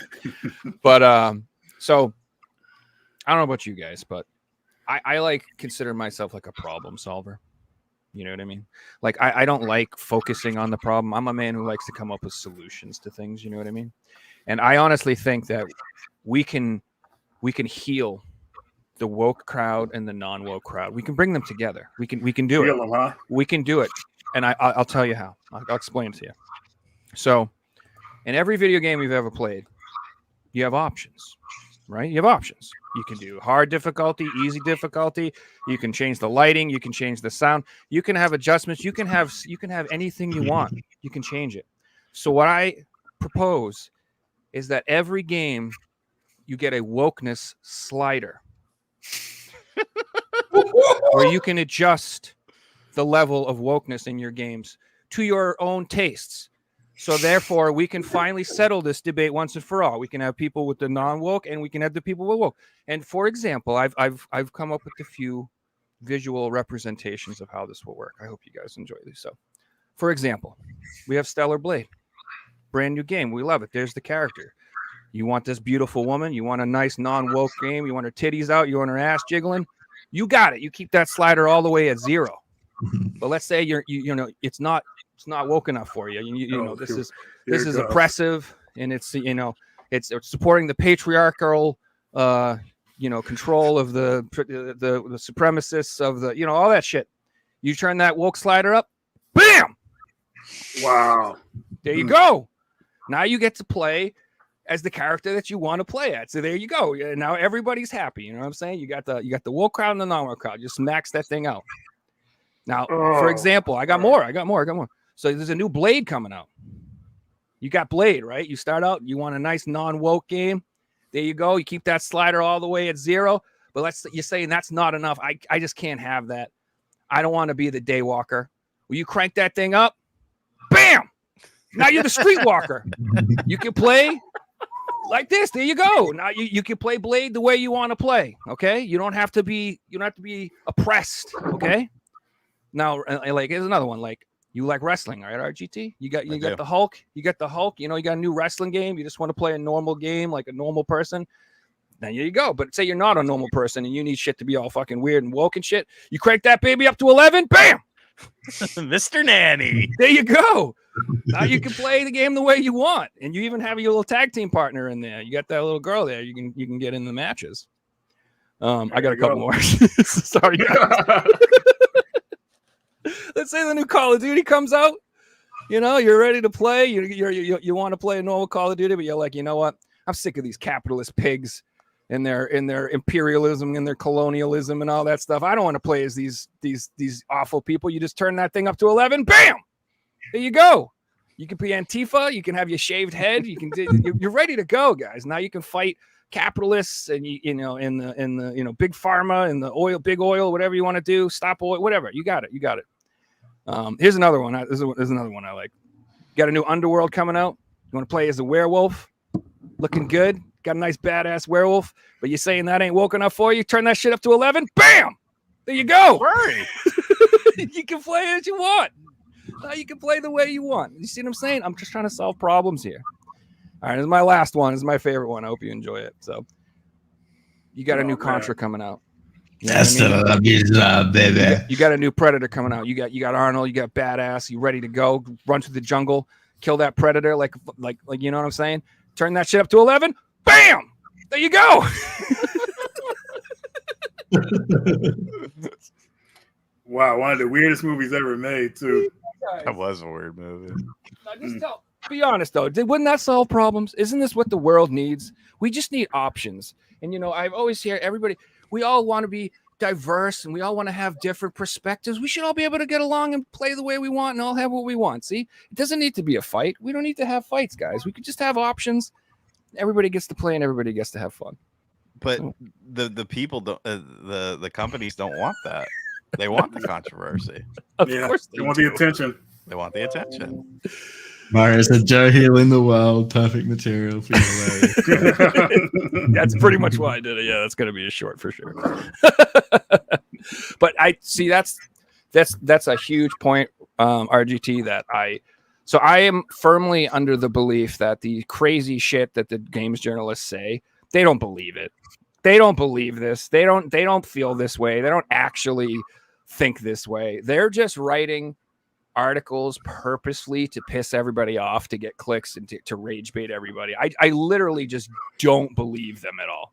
So when they say like Zelda is like, a patriarchal sexist tale about the oppression of elves or blah, whatever the crap they write, I'm like, they don't really think this. They don't actually feel this way. They don't really believe this stuff. They're just doing this as like a last desperate attempt to make some money before they go out of business. That's honestly what I think's going on. Like, the writing's on the wall.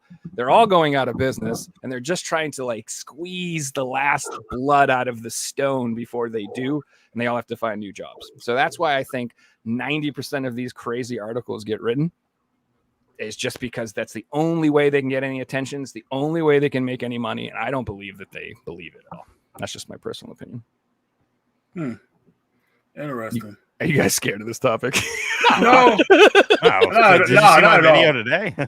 I don't know though. I really think that some of these people, maybe it's not what they believe, but it's what they think that people want them to believe. And like I said it from earlier, like speaking for other people. All these articles popped up after Ubisoft did their statement to the Japanese audience. The Japanese audience. It's right there in the statement. This is a statement to the Japanese audience. And all of these usual suspects and websites wrote articles about how it's not about that. It's about angry white bigot people and stuff like that. And I'm like, stop for a second. Incels, bro. Stop for a second. What did the article say? It the says Japanese audience, not the white woman working at a video game website who has to get her opinion out there. You know what? I'll go ahead and say it. I think white women are the most dangerous people in video games. They are a lot of them are fucking batshit crazy, dude. And it's just like, because they feel the need to talk for other people. And oh no, that's not what it is. I know what it is. And it's like, dude, are there fucking racist white grifters that are like, oh, Yasuke, let me make a racist joke? Yes, 100%. We're not talking about them right now. We're talking about the Japanese audience, as stated in the top. Like, it's in the article they wrote in Japanese.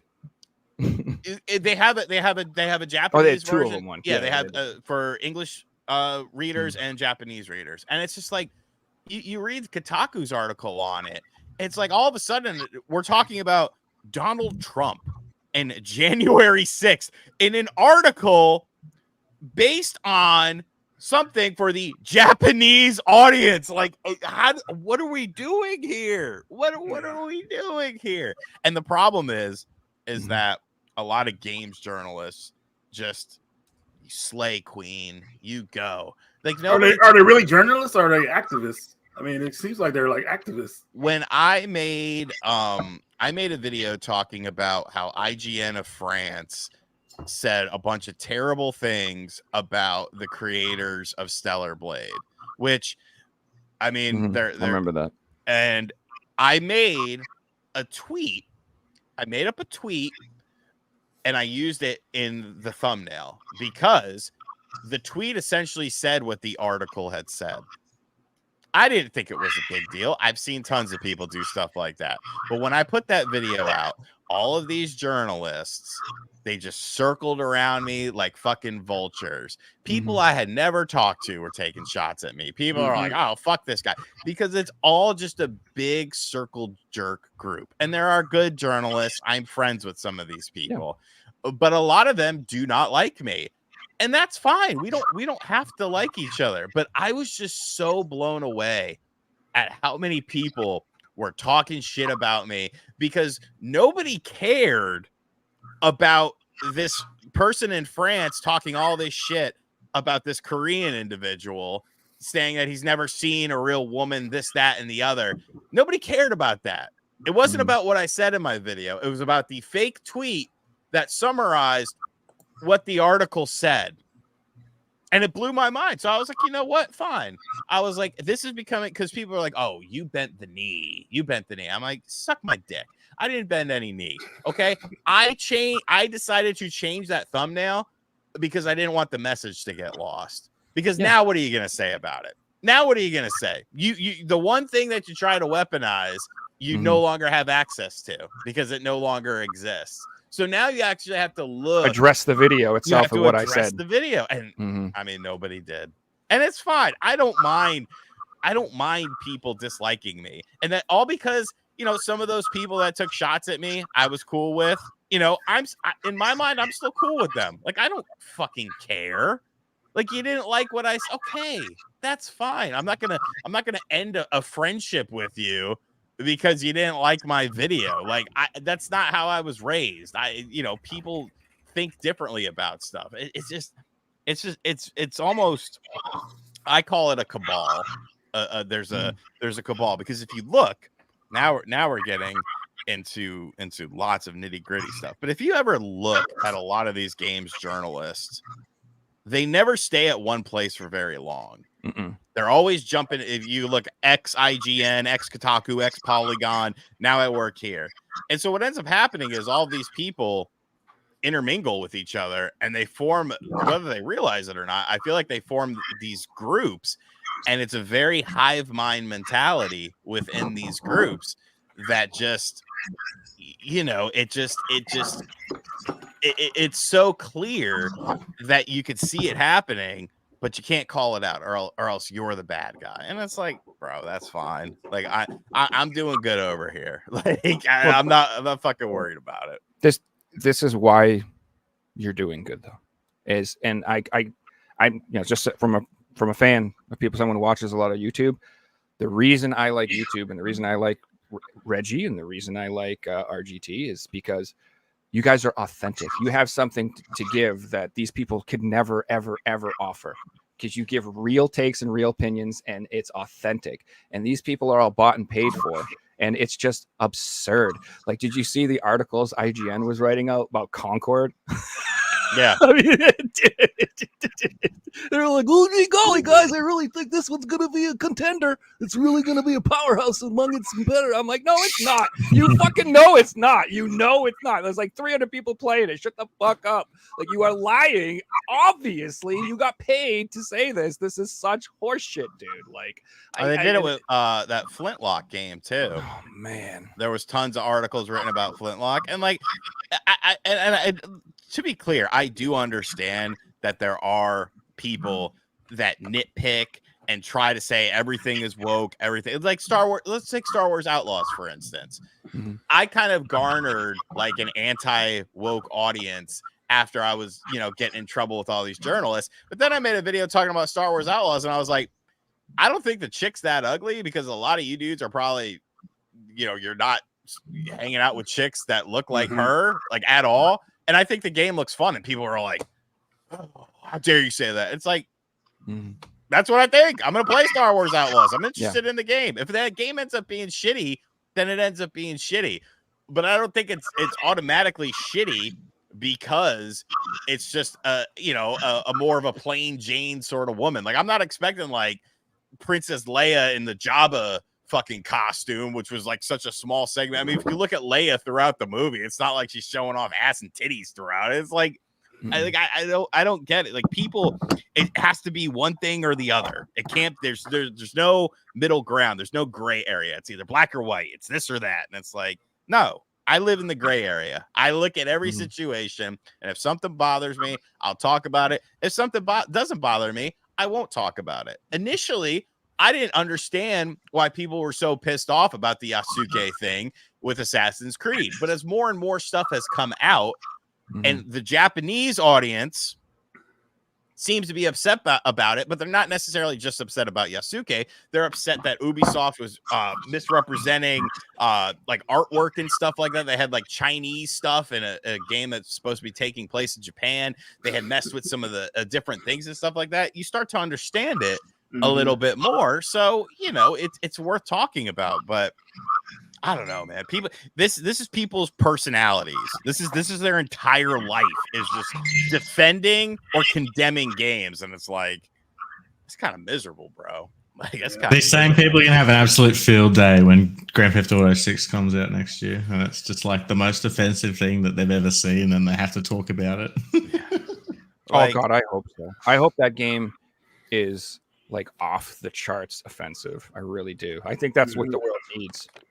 Well, Rockstar has never been like any company to hold back. So we're probably going to see some crazy stuff in that game. I honestly think that we need like some purposely offensive counterculture stuff to come out at this point. Like actually really offensive games. Really offensive. Not like that could be construed. I mean, on purpose.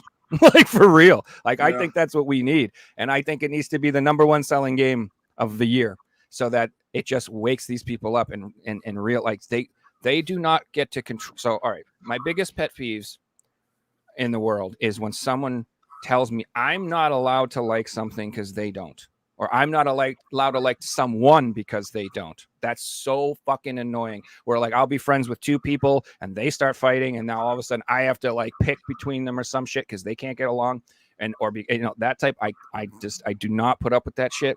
And it's the same thing with like movies and games and stuff like that. Like, you know what I mean? Like it, like you said, like if you don't want to watch it, don't watch it. But if I want to, I don't give a shit if you don't like that. And if that upsets you and you don't like me or you don't want to talk to me because of that, then you're weak. You are a weak person. That's the best way I can describe it. You are weak because like I do not give a rat's ass if people like what I like. I really don't. Like I said, I grew up listening to shitty death metal that nobody liked. No one. When I went to school, nobody liked it except me and like two kids. And I was totally fine with that and like never cared. And I was never mad that people don't like it because they're like, why is this guy screaming? I'm like, yeah, it's kind of annoying. I can see why you don't like it. Fine. I do. You know what I mean? So it's just like, why do people like, I don't know. They get upset if you like something they don't. And or if you were like, I don't know. It's just people are weak, man. They can't handle like any type of criticism at all, even if it's not directed at them. No. And if everything has to have an ist or an ism or something attached to it to the point of where it devalues the word and it devalues the initial sexist, racist. Just name calling. Yeah, it devalues the word to the point of where when something actually is racist or something actually is sexist, nobody fucking cares because that word has lost all meaning because you use it to describe the most simple and mundane things that are not, but you, for whatever reason, perceive them to be, and everyone who doesn't perceive it to be that way is automatically an enemy. It's like, okay. Are we in a war? What are we fighting about, everybody? It's just tiring sometimes. Cleavage? Like Cleavage in video games? We're fighting about? That's like on Twitter, dude. Like I will say some outlandish shit, and that's it. I'm not sitting there reading every fucking reply, and so like I drive myself nuts. This is my opinion on it. If you disagree with it, okay. I like when people disagree with it. I'm weird, dude. I like confrontation, and I feel like just most people don't. Yes. and they'll do anything to avoid it. And they get upset if you say something that goes against the grain because they feel like you're going to cause a problem, so they try to shut you down. And like that's how it works. It's like just so many people, they're so desperate to avoid confrontation at all costs that even if you stand up for yourself, they're like, don't do that. You're going to go. I don't want to have to deal with this. It's like that type of thing. It's like you can't speak out at all. Does that make sense? You know what I'm saying? No, yeah. Anyway, you guys want to do some pickups now that we've had a big, deep conversation about this shit? You want to show up some video games? Yeah, Why let's do not? it. All right, who would like to start us off? Me. I'll start off. Let's go. I like to just click the button and it randomly picks someone. That works for me. I'll go for it. So I don't have too much, but I got some good stuff. So I got wrong camera. Wrath, Aeon of Ruin. You're gonna see a theme here. Like I don't know what it is lately, but like all I've wanted to play is boomer shooters. I played like that game Cultic. I've been playing through Quake 2. I've been playing Quake 1 on my Ambernick. I don't know what it is. I'm just having a blast. And this is like a new boomer shooter 3D Realms type game. And it's pretty badass. I played it. It's fucking hard though. It's got a weird save system where like you can't just save anywhere you want. You have to like pick up items and then you could save, and then you don't have another save until you get another item that lets you save. Like save crystals from Tomb Raider. Okay. Yeah, it's different. So it adds that extra mechanic where you constantly have to be like, should I save now, or do you think I should try to make it a little farther and then save because I might not get another save for a while? So it's pretty interesting. I haven't gotten too far in it, but it was fun. So I also picked up Zero Tolerance Collection. Nice. Yeah, so it's this is like a Genesis FPS game basically. Yep. As far as I know. I've never played these, and this was kind of low on my list because I don't know. I can emulate Genesis stuff. One of them easily. was unreleased, so that collection is kind of special. Oh, that's cool. I didn't realize that. Yeah, it's got 3 games, but yeah, this is on sale on Amazon for like $19.99 or something like that. Which this is a strictly limited game, and I guarantee it wasn't $19.99 when they released it. I also picked up Ziggurat 2. You play Ziggurat 1. It's like a roguelike FPS game. And this is the sequel. I have no idea if it's any good, but I like Ziggurat 1, so there it is. I think Here's Jason the first one. I'll pick Ziggurat. that up at some point. I got another FPS. Surprise. Nice. This is Dusk. Again, it's a boomer shooter. I mean, it is what it is. Look it up. It's pretty badass. This is a cool one though. This is hard copy games. This is their last release. Wow, And, they're out of business, huh? This is it. This is the last game they're coming out with. And it has 2 covers. There's an alternative cover for this as well. And I think I'm going to pick it up too, just to have both, because I do love this game and it's not that expensive. And why not have both covers? I also picked up Mixture to the PSVR 2. So basically, once they announced that, they're pretty much fucking giving up on the PSVR 2 and they're not going to support it anymore, I was like a little desperate to get the games because they're not going to be printing more than one round of these. You just know this is it. Like what's out there is out there. They're not making more. So I'm just trying to get like all the PSVR 2 games that I can get now, just because I think the full set's going to be small. I only think it's going to be like 40 games tops. So it's like actually attainable. So I think I might go for it. So that is Mixture. And if you're wondering what it is, it's like a fantasy action. Is the VR2 really done? They said that they're not producing any more units until they sell through their back stock. Okay, so not. And So it's done. So they're like, Yeah, Look at RGT's picture. It's gone. I got some movies. So I picked up the Nightmare on Elm Street Blu-ray collection. Oh, nice. All 7 Shit. films. What is your favorite one out of those originals? What's your favorite one out of the original movies? Gosh. I really like 2, which not a lot of people like 2, but I like 2. That was the first one I saw. I thought 2 is like one of the actual scariest. Being on that bus driving out in that field, that's terrifying. Believe it or not, I have a soft spot for 5. even though it's not the greatest movie. But what happened was when I was a little kid, my dad took us to the movies, and he took us to see some like the Care Bears or some shit like that. I don't remember what it was. It was some stupid movie. And he was like so bored. He was like, screw this. He took us to the other movie. We went to see Freddy 5 instead. Wow. I was like so young, dude. And I remember watching Freddy 5 in the theater with my dad. And like the whole time, I'm like, I should just not be watching this at all. And I just thought it was so cool because I got to see it. So when I was a kid, I loved horror movies. And I was like, all right, so it's kind of hard. I have an older brother. He's like 5 years older than me.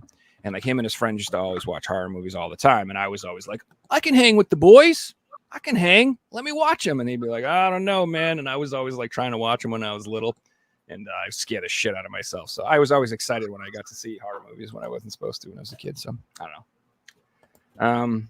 It's like seeing boobies when you're 12 years old. You seeing something you know you shouldn't be seeing, but it's really awesome. Correct. I can still remember the last time I saw a boobie in a movie too. I'll tell you that right now. You know what movie it was? The Last Emperor. It's this movie about like, wait, no, is it that movie? I don't know. It's about this Chinese emperor. And he was like 10, like, I don't know, a kid or something. And I don't want to get into it. Never mind.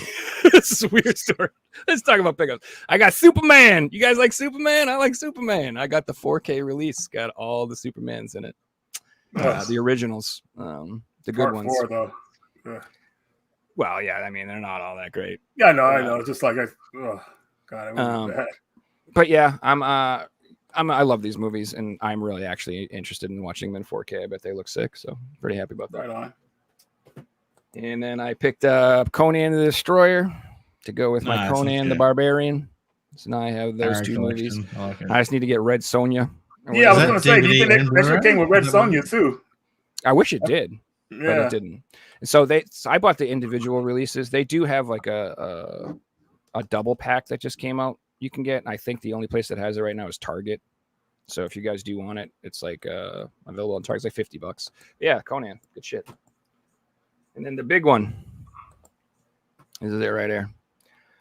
Fucking, I don't spend money on games like this very often, but I did get. Ooh, baby. Nice. That's a huge bitch.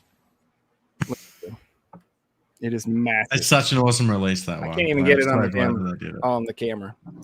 So yeah, I got the Baldur's Gate Collector's Edition. I heard, I mean, this company, the way they did like everything for this game, I think they literally are like the top of the tier as far as game companies go. Like this game was fully functional when it released, wasn't riddled with a bunch of microtransactions. They waited until all the DLC was released, and then they finally released like a complete physical edition with everything on it. And it's amazing and it's beautiful.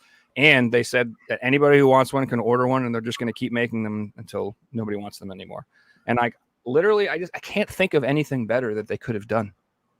What else other than like giving me a free statue with my purchase? Like, I don't know what else they could have done. The only thing I would add was to have a standard release that was a bit cheaper, because it's like $100 to buy that version, you know. Yeah, that's true. I mean, and to be honest, this thing is fucking huge. Like I'm kind of anti collector's edition usually, because of like, what the hell, dude? This thing, what am I going to do with this? I'm buying it because that's the only way to get the game. But if they did just a standard version, I'd buy the standard version, you know. Well, what's funny is now that I have it, I don't want to open it, and I'll probably just get it digitally.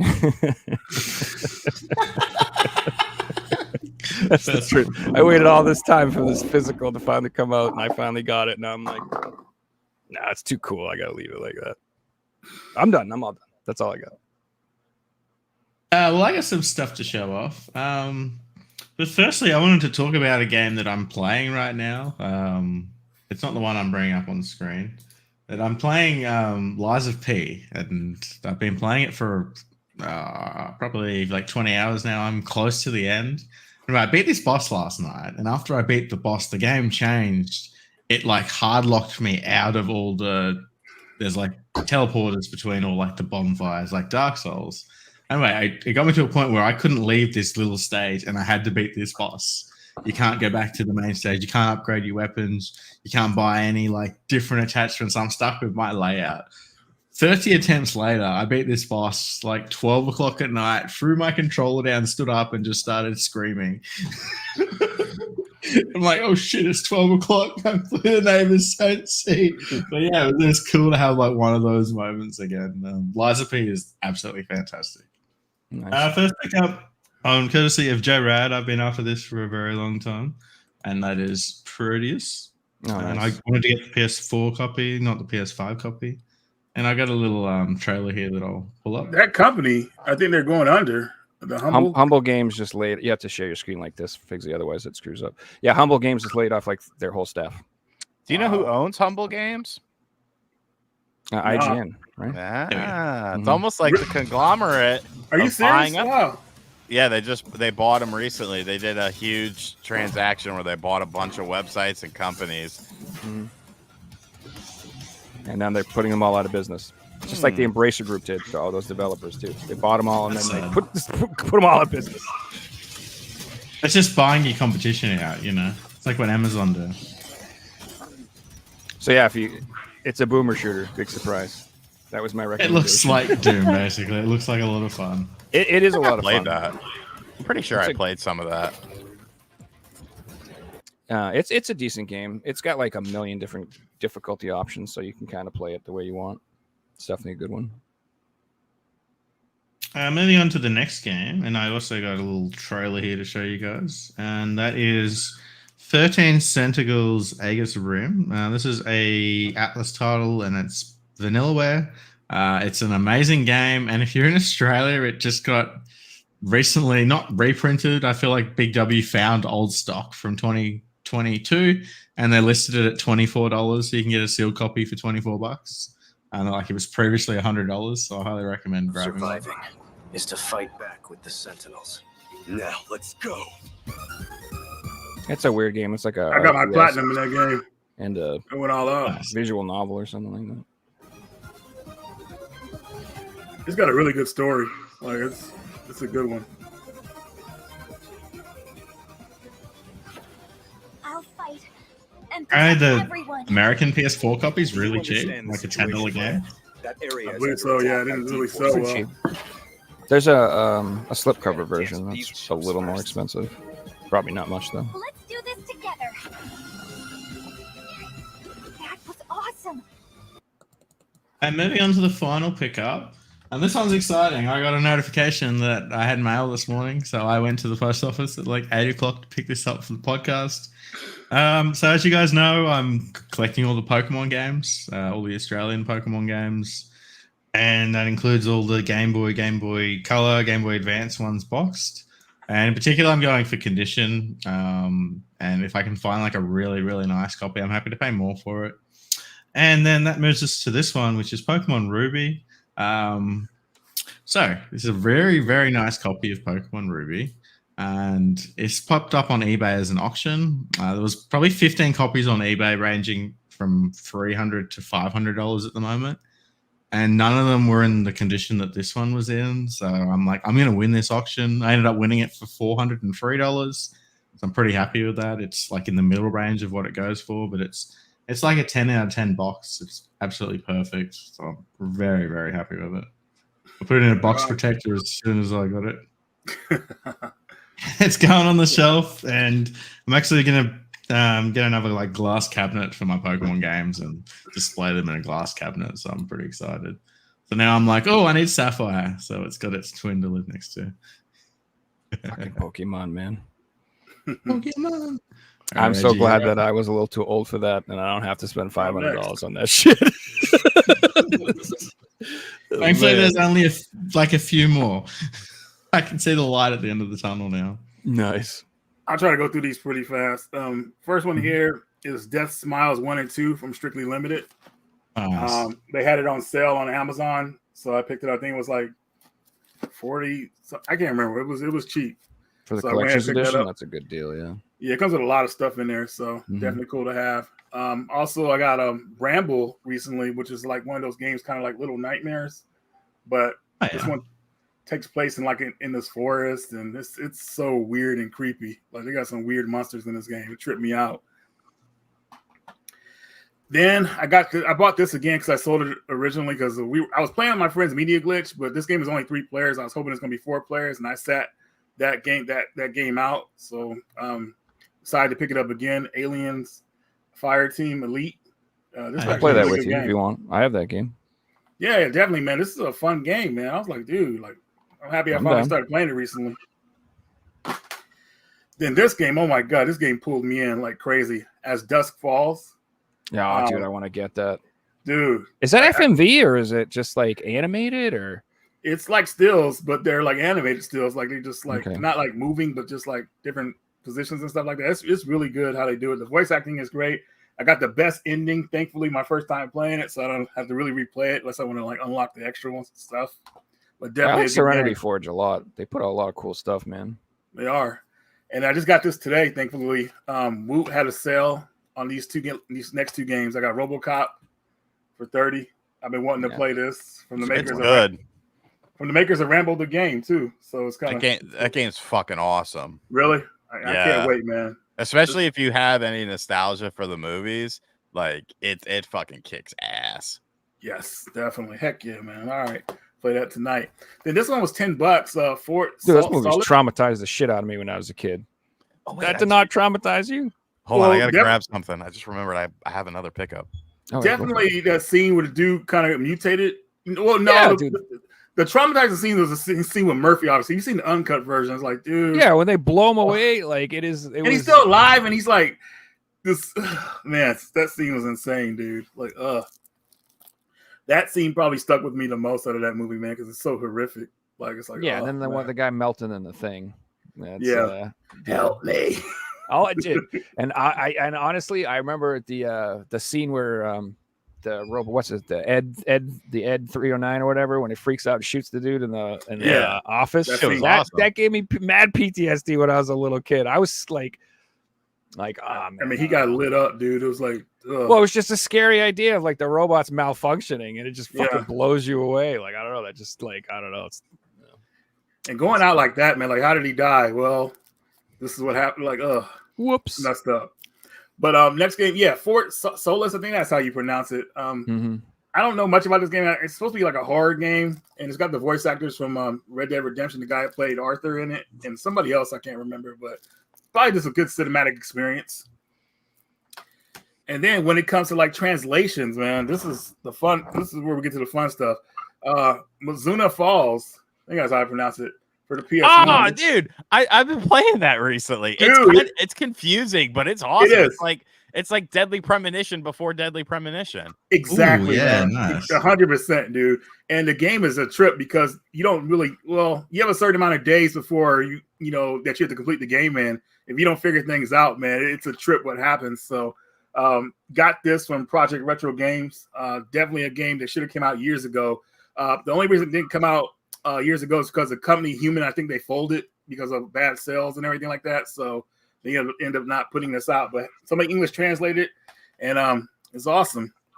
Then we have a Castlevania collection here, which is like I don't want to open all this up right now, but it comes with the nice. soundtrack. I've seen this. It's a Japanese version in English because people prefer the Japanese voices, I believe. Soundtrack, all kind of extras and stuff like that. So definitely the way we should have got this game years ago. This one I'm not going to say too much about. So I briefly talk about it on my channel, but the Smurfs collection. My buddy Carlos, he says this is a great collection of games, man. So I got to play them. The first one came out on Sega CD. The second one came out on Genesis. I've never really been a big Smurf guy, even when I was a kid. So, but maybe it'll impress me. I think it kind of reminds me of like the Adventures of Flink on Sega CD. So if it plays like that, then I'll probably like it. They just I was made more of a new Snorks game. guy. They did?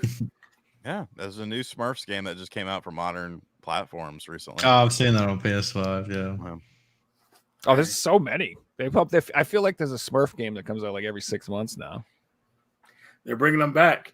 And this game I forgot how to pronounce, so I'll just call it AK. This is a twin stick shooter where you just kind of like just. Yeah, it looks How like most- Yeah, it's a fun one. It just if you play Enter the Gun, it's kind of like that, so you know what you're getting into. So yeah, this is pretty cool. And that's it for me. I'll try to go through it fast. That's good stuff, man. Nice. I only have two things that I bought recently that haven't shown off. First is this, of course, Hey. Nintendo World That's Championships okay. NES edition. Much like you with Baldur's Gate, I also bought the game digitally. So this will be staying a sealed boy.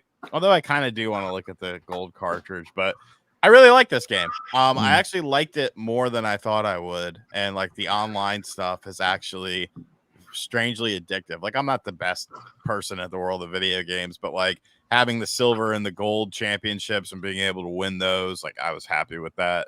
And then it rotates out and there's different tournaments that are always happening. It's more so like if you play it as a single player game, you're just doing like the 150 plus challenges and then you're done.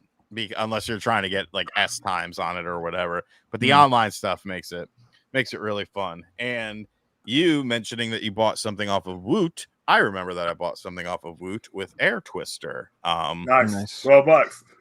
Yeah, $12. And I was like, yes, I will buy it. I didn't play it, best. but I feel like you know, with Yu Suzuki, I'll probably like it somewhat. So yeah, I ended up picking this up, and I'll probably play it some this weekend to check it out. Digitally, I've been playing the new Ninja Turtles, Splintered Fate. It's a roguelike, which I don't like. Yeah, I seen that one. But it's turtles, and I ended up loving it because I think it was because it was like what they did with it was like there's story elements that happen when you progress to certain points within the roguelike. So it always feels like good. Like it's like, oh, okay, well, I died, but now I got this extra story element. And they're constantly like throwing different like upgrades and stuff at you that you can access with like in-game currency. Like a lot of people have pretty much said it's almost like a Hades reskin of Ninja Turtles, but that's why they like it. So yeah, I've actually really been enjoying that, and it's a Switch exclusive, timed exclusive, but it's really fun. Like I like the art style. It has local co-op and online play as well, so it's a good game for $30. Like can't beat it. Right on. Yeah, I'm pretty much a sucker for anything Ninja Turtles, to be honest with you. So They're Ninja Turtle skin. There's another Turtles game coming out this year too. There's like Mayhem something maybe. Yeah, and there's It's already spoiled. And there's one that just came out like a little while ago too. Wrath of the Mutants or something like that. It's like the arcade game that wasn't released. Finally got a release home console. Yeah, that was the first one. It's okay. You know, I reviewed it. It's all right. Like, you know, I don't really have an urge to go back and play it. But the other one that's coming out this year does look pretty good too.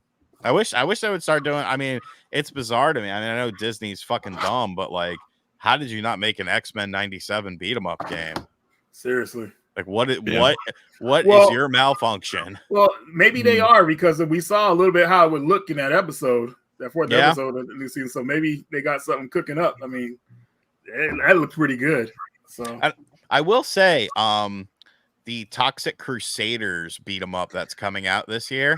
Yeah, that looks cool. It's a lot better than I thought it was. I played it at too many games, and it was a hell of a lot better. Just like the amount of like interactable things within the levels and stuff was very, very impressive. I only played like probably a level and a half, but I really liked it. And they told me it was an old build, that they actually have a newer build, and it's like so much better. But I was like, dude, this is fucking gold right here. Like if it gets better than this, like I think that game's gonna be really fun. Because like that was going back to RoboCop. You know, I watched the RoboCop cartoon before the movies. I watched Toxic Crusaders before Toxic Avengers. Like, you know, back in the day, they made fucking kids shows for everything, and then you'd go and check out the movies and be like, oh, whoa, this is fun. Yeah. But, That's like, what I'm saying. Like, Like RoboCop, dude. I thought RoboCop was gonna be like a fun little movie. but like No. that's what made it cool to me, you know. And like, so like when I saw Toxic Crusaders, I was like, fuck yeah, I remember that theme song and everything. Like that show was awesome. you guys know they got a Karate Kid game coming out that's kind of like with the same build as Toxic Crusaders and the old school Ninja Turtles. Well, the one that came out, Shredder's Revenge, looks pretty good. Do you know what Yep. game looks really good? I'm super excited out. I've been watching this forever. Is Iron Meat? Have you seen this game? Yeah, that's the one you sent me today, right? The Yeah, picture of- dude. This game looks fucking sick. If it's like a run and gun Contra type game with I'm like pretty- just disgusting artwork, and I've been watching it for like years and years, just waiting, and it finally got announced that it's coming out September 26th on Steam, Switch, PS4, 5, Xbox, blah blah blah. But the reason I want to mention it specifically is the physical release is coming out from Real Strictly Limited Games, and that at first pissed me off. Because did I not share this? They haven't shipped me any games in like 2.5 years. So I was a little pissed off when I heard that. But I did want to just say that they recently sent out an email and supposedly they're back in action. They've restructured the company. They fired all the idiots and I don't know what they did, but they're back on track and they're manufacturing games. And I'm supposed to finally get my Ray Z chronology game in August, supposedly. You know, that game that's been like put in the clearance bin. It's been out so long. It's funny that you mentioned Iron Meat because I just got the Steam review key today from it because I know the people. I know the nice. Retroware is the same company that's doing Toxic Crusaders, and they cool. I know all those guys. So yeah, they send me stuff all the time. That game looks really good. I'm excited for it. Tell them that they've already sold one copy. I'll tell you that. I'm definitely getting it. I'll probably buy it on Steam day one and then order it from Strictly Limited and wait 45 years to get my copy. Have you seen the weird Castlevania knockoff that they're doing? No. Maybe. Maybe. Oh, let me look it up. I don't remember. You know how it is. I see games get announced in 3 years. Maybe later, I have seen they it, come but I just out. don't remember. Exactly. Look up. It's called the Transylvania Adventure of Simon Quest. Yep, I've seen that one. Dude, that shit is fucking heat. Yeah. It's not coming out till next year, but that's another game that they're doing. That was one of the bigger, because they're all those fucking guys that work there with Retroware are big Trauma fans. So like they put all the publicity on like Toxie, and I get why. But like this game was like, holy shit, this is really fucking good. Like that looks cool. Yeah, that's that game. I can't wait to play that shit. While we're on the topic of low print companies, did you guys hear the statement from Red Art Games this week? And they got hacked. Yeah, dude, it was kind I of saw crazy because I just did a video for them and like telling everybody about the sale they're having. Now their site is shut down, so it's like, dude, wow, they don't know when they're going to be back up. So if you have bought anything from them, I'd be changing your password you use if you didn't use PayPal, etc. Because all their information has been leaked, you know. Yeah, so they put out a statement saying that credit card information, addresses, names, all that stuff is compromised. So if you have your payment information saved, you might want to go and change your payment information. So I always use PayPal. So this is one of those times where being a lazy fuck really is paid off because I'm like, I'm not getting up and going to get my debit card. Hell no. Anytime I can use PayPal, I don't have to move. PayPal it is. I'm not going to find my card. Hey, thanks for the. Well, I bought all my Red Art games on Video Games Plus because they also sell Thanks, them, Simon. you know. Well, gentlemen, I think we've reached that time. We're all turning into pumpkins. So we'll just do the rounds. Figsy, where can everybody find you? I'm on YouTube, over on Twitter. I'm on Twitch, Discord, Instagram, everywhere that social media is. I'm on Figsy Games. You can find me. Radical One, where can we find you? Yeah, YouTube. Make videos here and there. And you can even find some cool stuff on Instagram. Follow me there too. Same name. Yeah. RGT.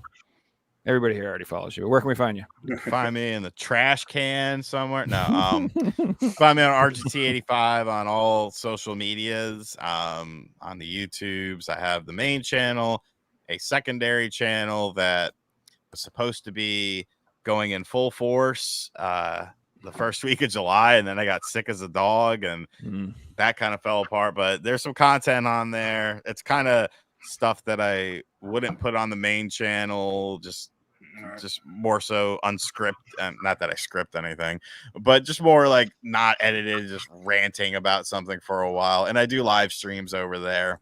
Probably will live stream tomorrow because I haven't streamed this week. And yeah, thanks for having me on. Had a good time.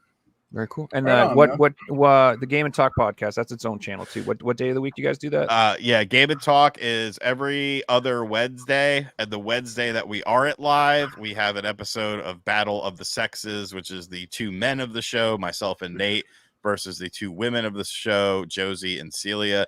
And usually, because Celia is very cheap and doesn't like to buy games, we're pretty much just playing N64 shit, and we just fuck them up. Like we just fuck them up. It's so like they get so mad. I'm like, shut up, bitch. And I'm like, I'm not calling you a bitch. I'm just saying bitch in general.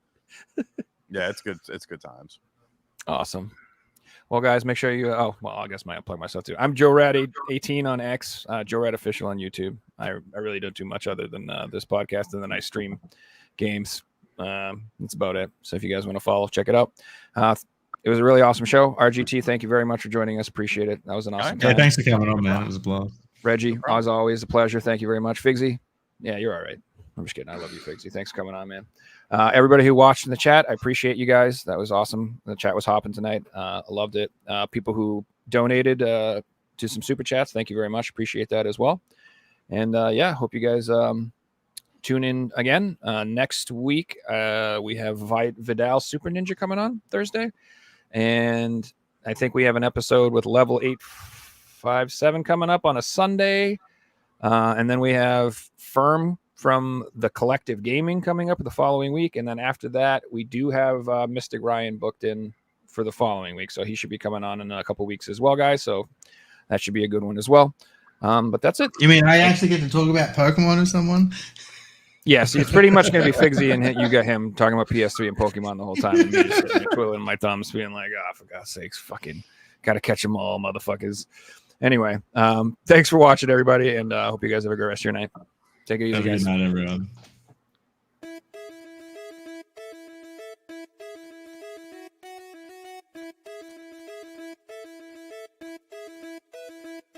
You found the coolest place to be, the PlayStation Collecting Center. Come on, won't you stay with me? Welcome to the show. Gather round the boys and girls, collectors from around the world. Let's show the people what they need to know. Welcome to the show. Gonna talk to guests, only got the best. Gonna put their knowledge to the test. Gonna laugh and eat, gonna disagree, gonna show you things you've never seen. Gonna sing the song.